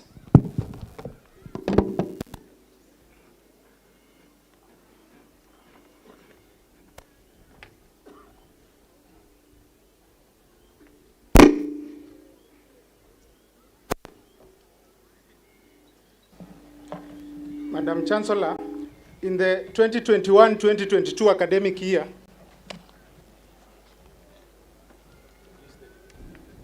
Madam Chancellor, in the 2021-2022 academic year, the following 19 candidates, whom I have the honor to present to you, satisfied the Board of Examiners in the School of Business and Economics and Senate for the conferment of the following master's degrees: Master of Business Administration, Accounting Option, Adhiambo Emmanuel Vincentia, Amuhaya Kalista Zayodi, Irukan Ojili Justus, Kahenda Linda, Katana Harrison Wanje, Mwange Stella Maris Waywa, Muhonja Dina Majani, Nyangeri Janet Mongina, Orua Emilia Nyango. Finance Option, Mate Kayala Emmanuel, Musyoka Mlemba, Mugusi Airo Roslyn, Ngatia Winnie Murugi. Strategic Management, Ayako Margaret Okech. Logistics and Supply Chain Management, Kongoti Wafula Pamela, Malongo Zelfa, Mwawasi Norman Bongoli, Okumu Cyrus Wawire. Masters of Science in Economics, Engede Maureen. Please be seated. Madam Chancellor, in the 2021-2022 academic year, the following 102 candidates whom I have the honor to present to you satisfied the Board of Examiners in the School of Business and Economics and Senate for the conferment of the following degrees: Bachelor of Commerce, Accounting Option, First Class Honors, Ouma Omondi Eric. Second Class Honors, Upper Division, Serial 2 to 18. Second Class Honors, Lower Division, Serial 19 to 29. Second Class Lower Division, Serial 30. Finance Option, Second Class Honors, Upper Division, Serial 31 to 41. Second Class Honors, Lower Division, Serial 42 to 52. Second Class Lower Division, Serial 53. Operations and Systems Management, First Class Honors, Mwangolo Ruth Mboze, Okwako Sheldon Imbukwa. Second Class Honors, Upper Division, Serial 56 to 59. Second Class Honors, Lower Division, Serial 60 to 62. Second Class Lower Division, Serial 63. Purchasing and Supply Chain Management, Second Class Honors, Upper Division, Serial 64 to 67. Second Class Honors, Lower Division, Serial 68 to 74. Marketing Option, Second Class Honors, Upper Division, Serial 75. Second Class Honors, Lower Division, Serial 76. Human Resource Management Option, Second Class Honors, Upper Division, Serial 77. Second Class Honors, Lower Division, Serial 78 to 79. Bachelors of Science in Economics, Second Class Honors, Upper Division, Serial 80 to 87. Second Class Honors, Lower Division, Serial 88 to 102. Please be seated. Madam Chancellor, in the 2021-2022 academic year, the following nine candidates, whom I have the honor to present to you, satisfied the Board of Examiners in the School of Business and Senate for the award of the following diplomas: Annette, Credit 1, Serial 2, Serial 7 to 8. Certificate in Business Administration, Distinction, Otema Boniface Hausi. Please be seated.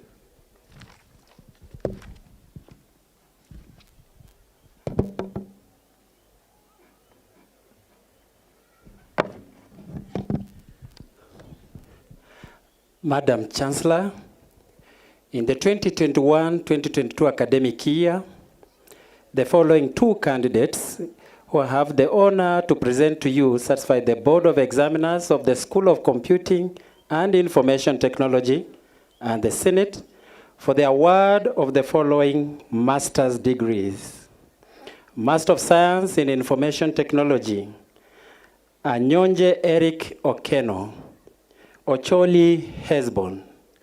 Please be seated.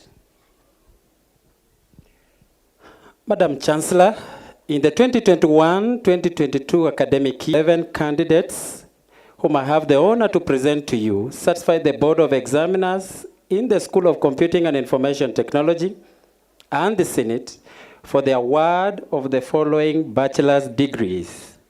Bachelor of Science in Information Technology, second class, honors upper division, serial 1 to serial 5. Second class honors lower division, serial 6 to serial 9. Second class lower division, serial 10 to serial 11. Please be seated. Madam Chancellor, in the 2021-2022 academic year, the following 5 candidates whom I have the honor to present to you satisfied the Board of Examiners of the School of Computing and Information Technology and the Senate for the award of the following diploma. Diploma in Information Technology, Distinction, Ndoli Maxwell Martin. Credit 1, Serial 2 to Serial 5. Please be seated.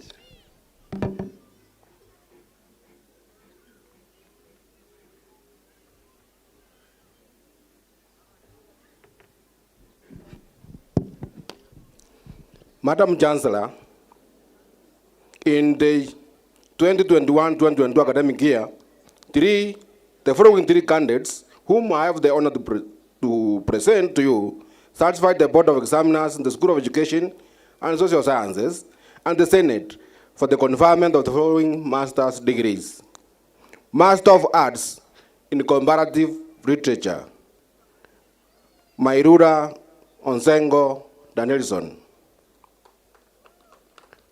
Master of Arts in Kiswahili, Kilonzo Peter Willington. Master of Education in Educational Psychology, Mwangi Munywa John. Please be seated. Madam Chancellor, in the 2021-2022 academic year, the following 213 candidates whom I have the honor to present to you satisfied the Board of Examiners in the School of Education and Social Sciences and the Senate for the conferment of the following bachelor's degrees. Bachelor of Education, Arts. First class honors, Aliwa Morris Onyango. Awol Lucy. Second class honors, upper division, serial number 3 to serial number 58. Second class upper division, serial number 59 to 60.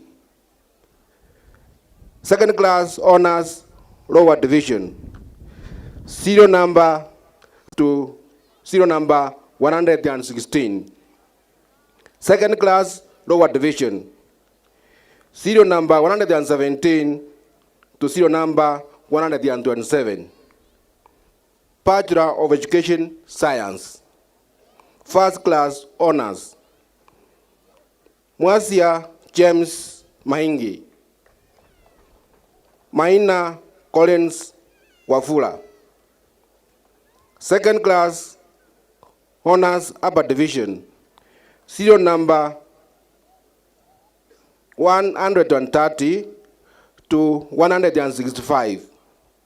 Second class honors, lower division, serial number 166 to serial number 199. Second class lower division, serial number 200 and serial number 201. Bachelor of Education, French. Second class honors, upper division, serial number 202. Second class honors, lower division, serial number 203. Bachelor of Education in Early Childhood Education. Second class upper division, serial number 204. Bachelor of Criminology. second class honors upper division, serial number 205 to serial number 207. Second class upper division, serial number, second class honors upper division, serial number 205 to serial number 209. Second class upper division, 210 to 211. Second class honors lower division, serial number 212.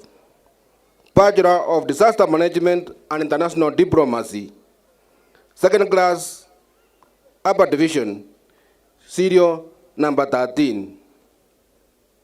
213. Please be seated. Madam Chancellor, in the 2021-2022 academic year, the following 7 candidates, whom I have the honor to present to you, certified the Board of Examiners, the School of Education and Social Sciences, and the Senate for the award of the following diplomas and certificates. Diploma in Criminology and Criminal Justice, Grade 1, serial number 1 to 2. Certificate in Criminology, Grade 1, serial number 1. Pass, serial number 2. Certificate in Social Work, Credit, serial number 1. That's grade 1. Grade 2, serial number 2 to 3. Please be seated.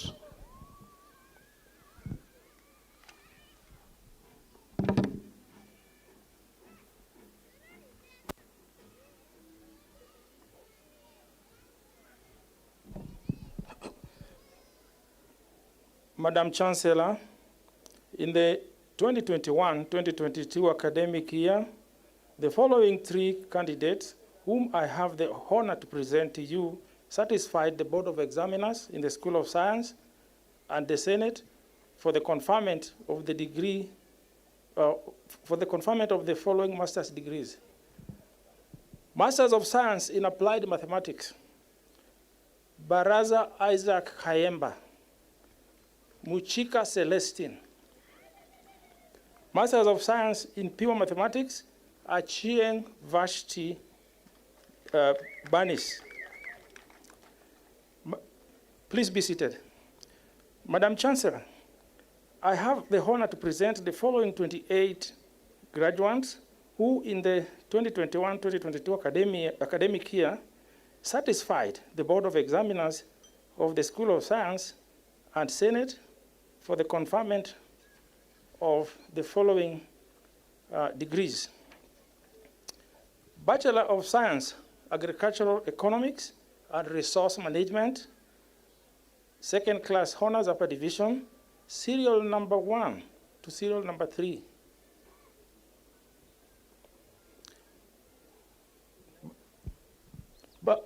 Bachelor of Science, Mathematics with Information Technology, second class honors, upper division, serial number 4 to serial number 7. Second class honors, lower division, serial number 8 to serial number 10. Second class lower division, serial number 11. Pass, serial number 12. Bachelor of Science, Applied Statistics with Information Technology, first class honors, Ogetange Esther Obure. Second class upper division, Local Kennedy Ekai, serial number 14. Second class honors upper division, serial number 15 and 16. Second class honors lower division, serial number 17 and 19, up to 19. Second class lower division, serial number 20. Pass, serial number 21. Bachelor of Science, Mathematics and Economics with Information Technology, second class upper division, serial number 22. Second class honors, upper division, serial number 23 and 24. Second class honors, lower division, serial number 25 and 26. Second class lower division, serial number 27 and 28. Please be seated.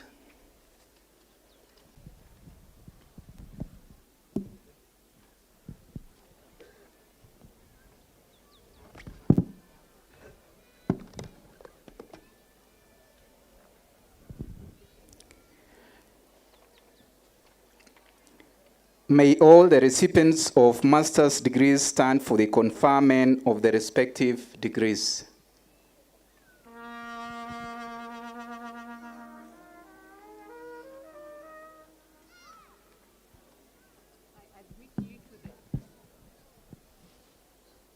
I admit you to the respective degrees for which you have been educated, trained, examined, and qualified, and by my authority and that of the entire university, give power to read and to do all that appertains to these degrees.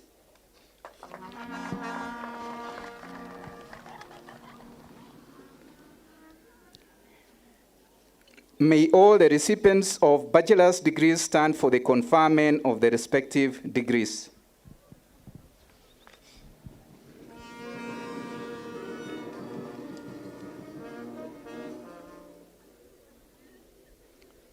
I admit you to the respective degrees for which you have been educated, trained, examined, and qualified, and by my authority and that of the entire university, give power to read and to do all that appertains to these degrees.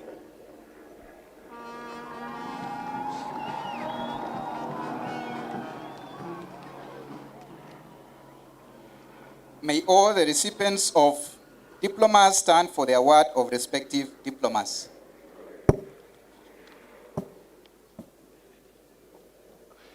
I award you the respective diplomas of Kaimosi Friends University.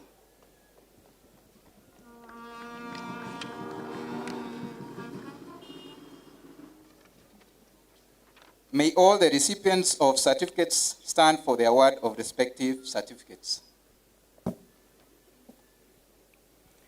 I award you the respective certificates of Kaimosi Friends University. Congratulations to you all.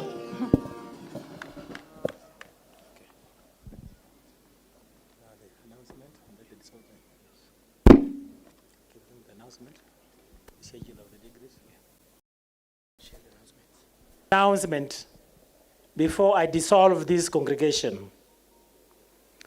I want to tell all our graduates that all your degree certificates are ready.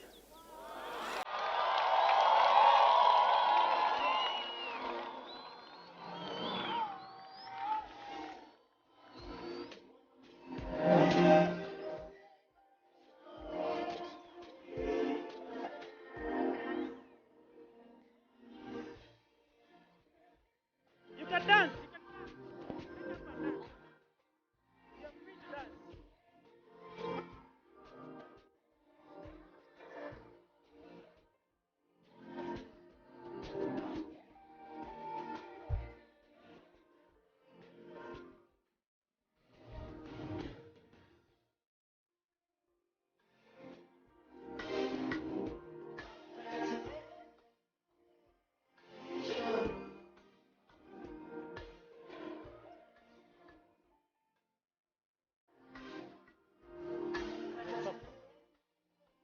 All right. Okay. All right.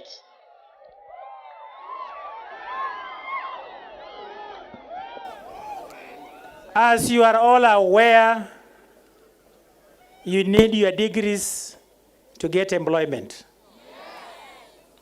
And that's why we have worked extremely hard to ensure that our culture in KAFU will be when you are graduating, your degrees will also be ready.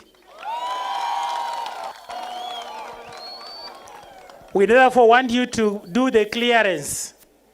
You are supposed to do the clearance, get the clearance forms, proceed for your Christmas, and we'll be serving you according to the schools as follows.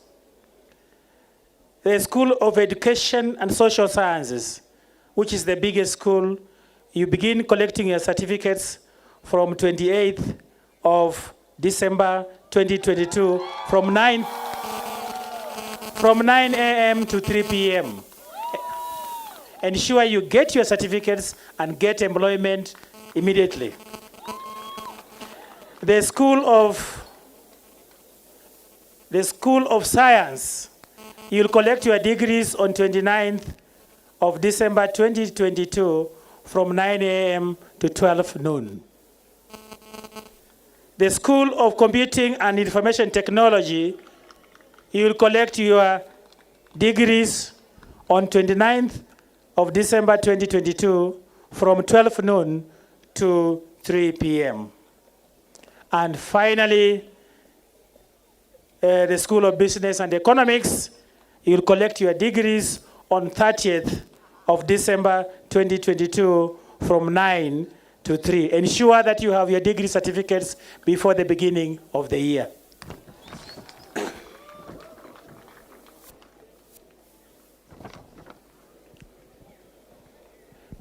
In accordance with the Kaimosi Friends University Charter 2022, and by the powers conferred upon me in the Kaimosi Friends University Statutes 2022, Section 41(4), I declare this graduation ceremony closed and the first congregation dissolved.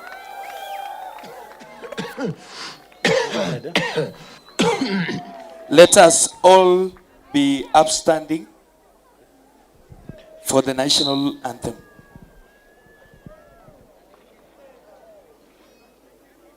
As the band prepares to lead us in the national anthem, immediately after the national anthem, the academic procession will leave in reverse order. We'll have the band leading, followed by the mess bearer, the chancellor, chief guest, the chairperson of the council, members of council, deputy vice chancellors, deans, registrars, members of senate, academic staff, student representatives, in that order. The band lead us in the national anthem.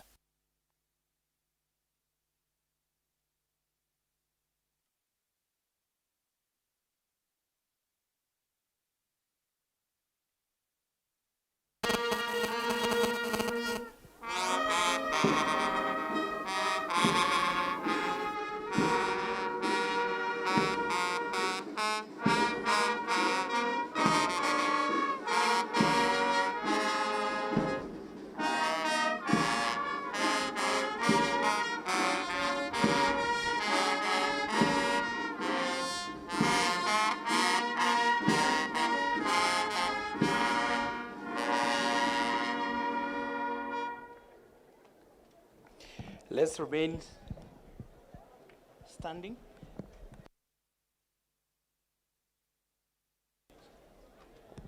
The band, please lead us.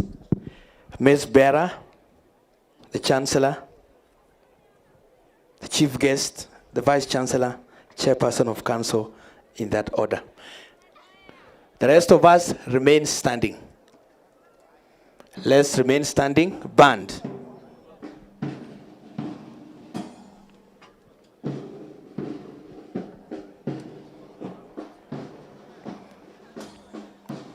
The band will be ahead of the chief guest. The mess bearer should be ahead.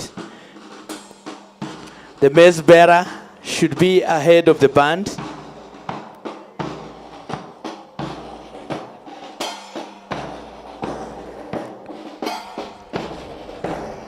After the chancellor, we have the vice chancellor, the chairperson of council, and the members of council. Chancellors of other universities will join in, deputy vice chancellors. Then we have the deans, deputy vice chancellors from other universities, the deans from Kaimosi. Please allow the procession first, members of county assembly, members of the academic staff, Kaimosi University.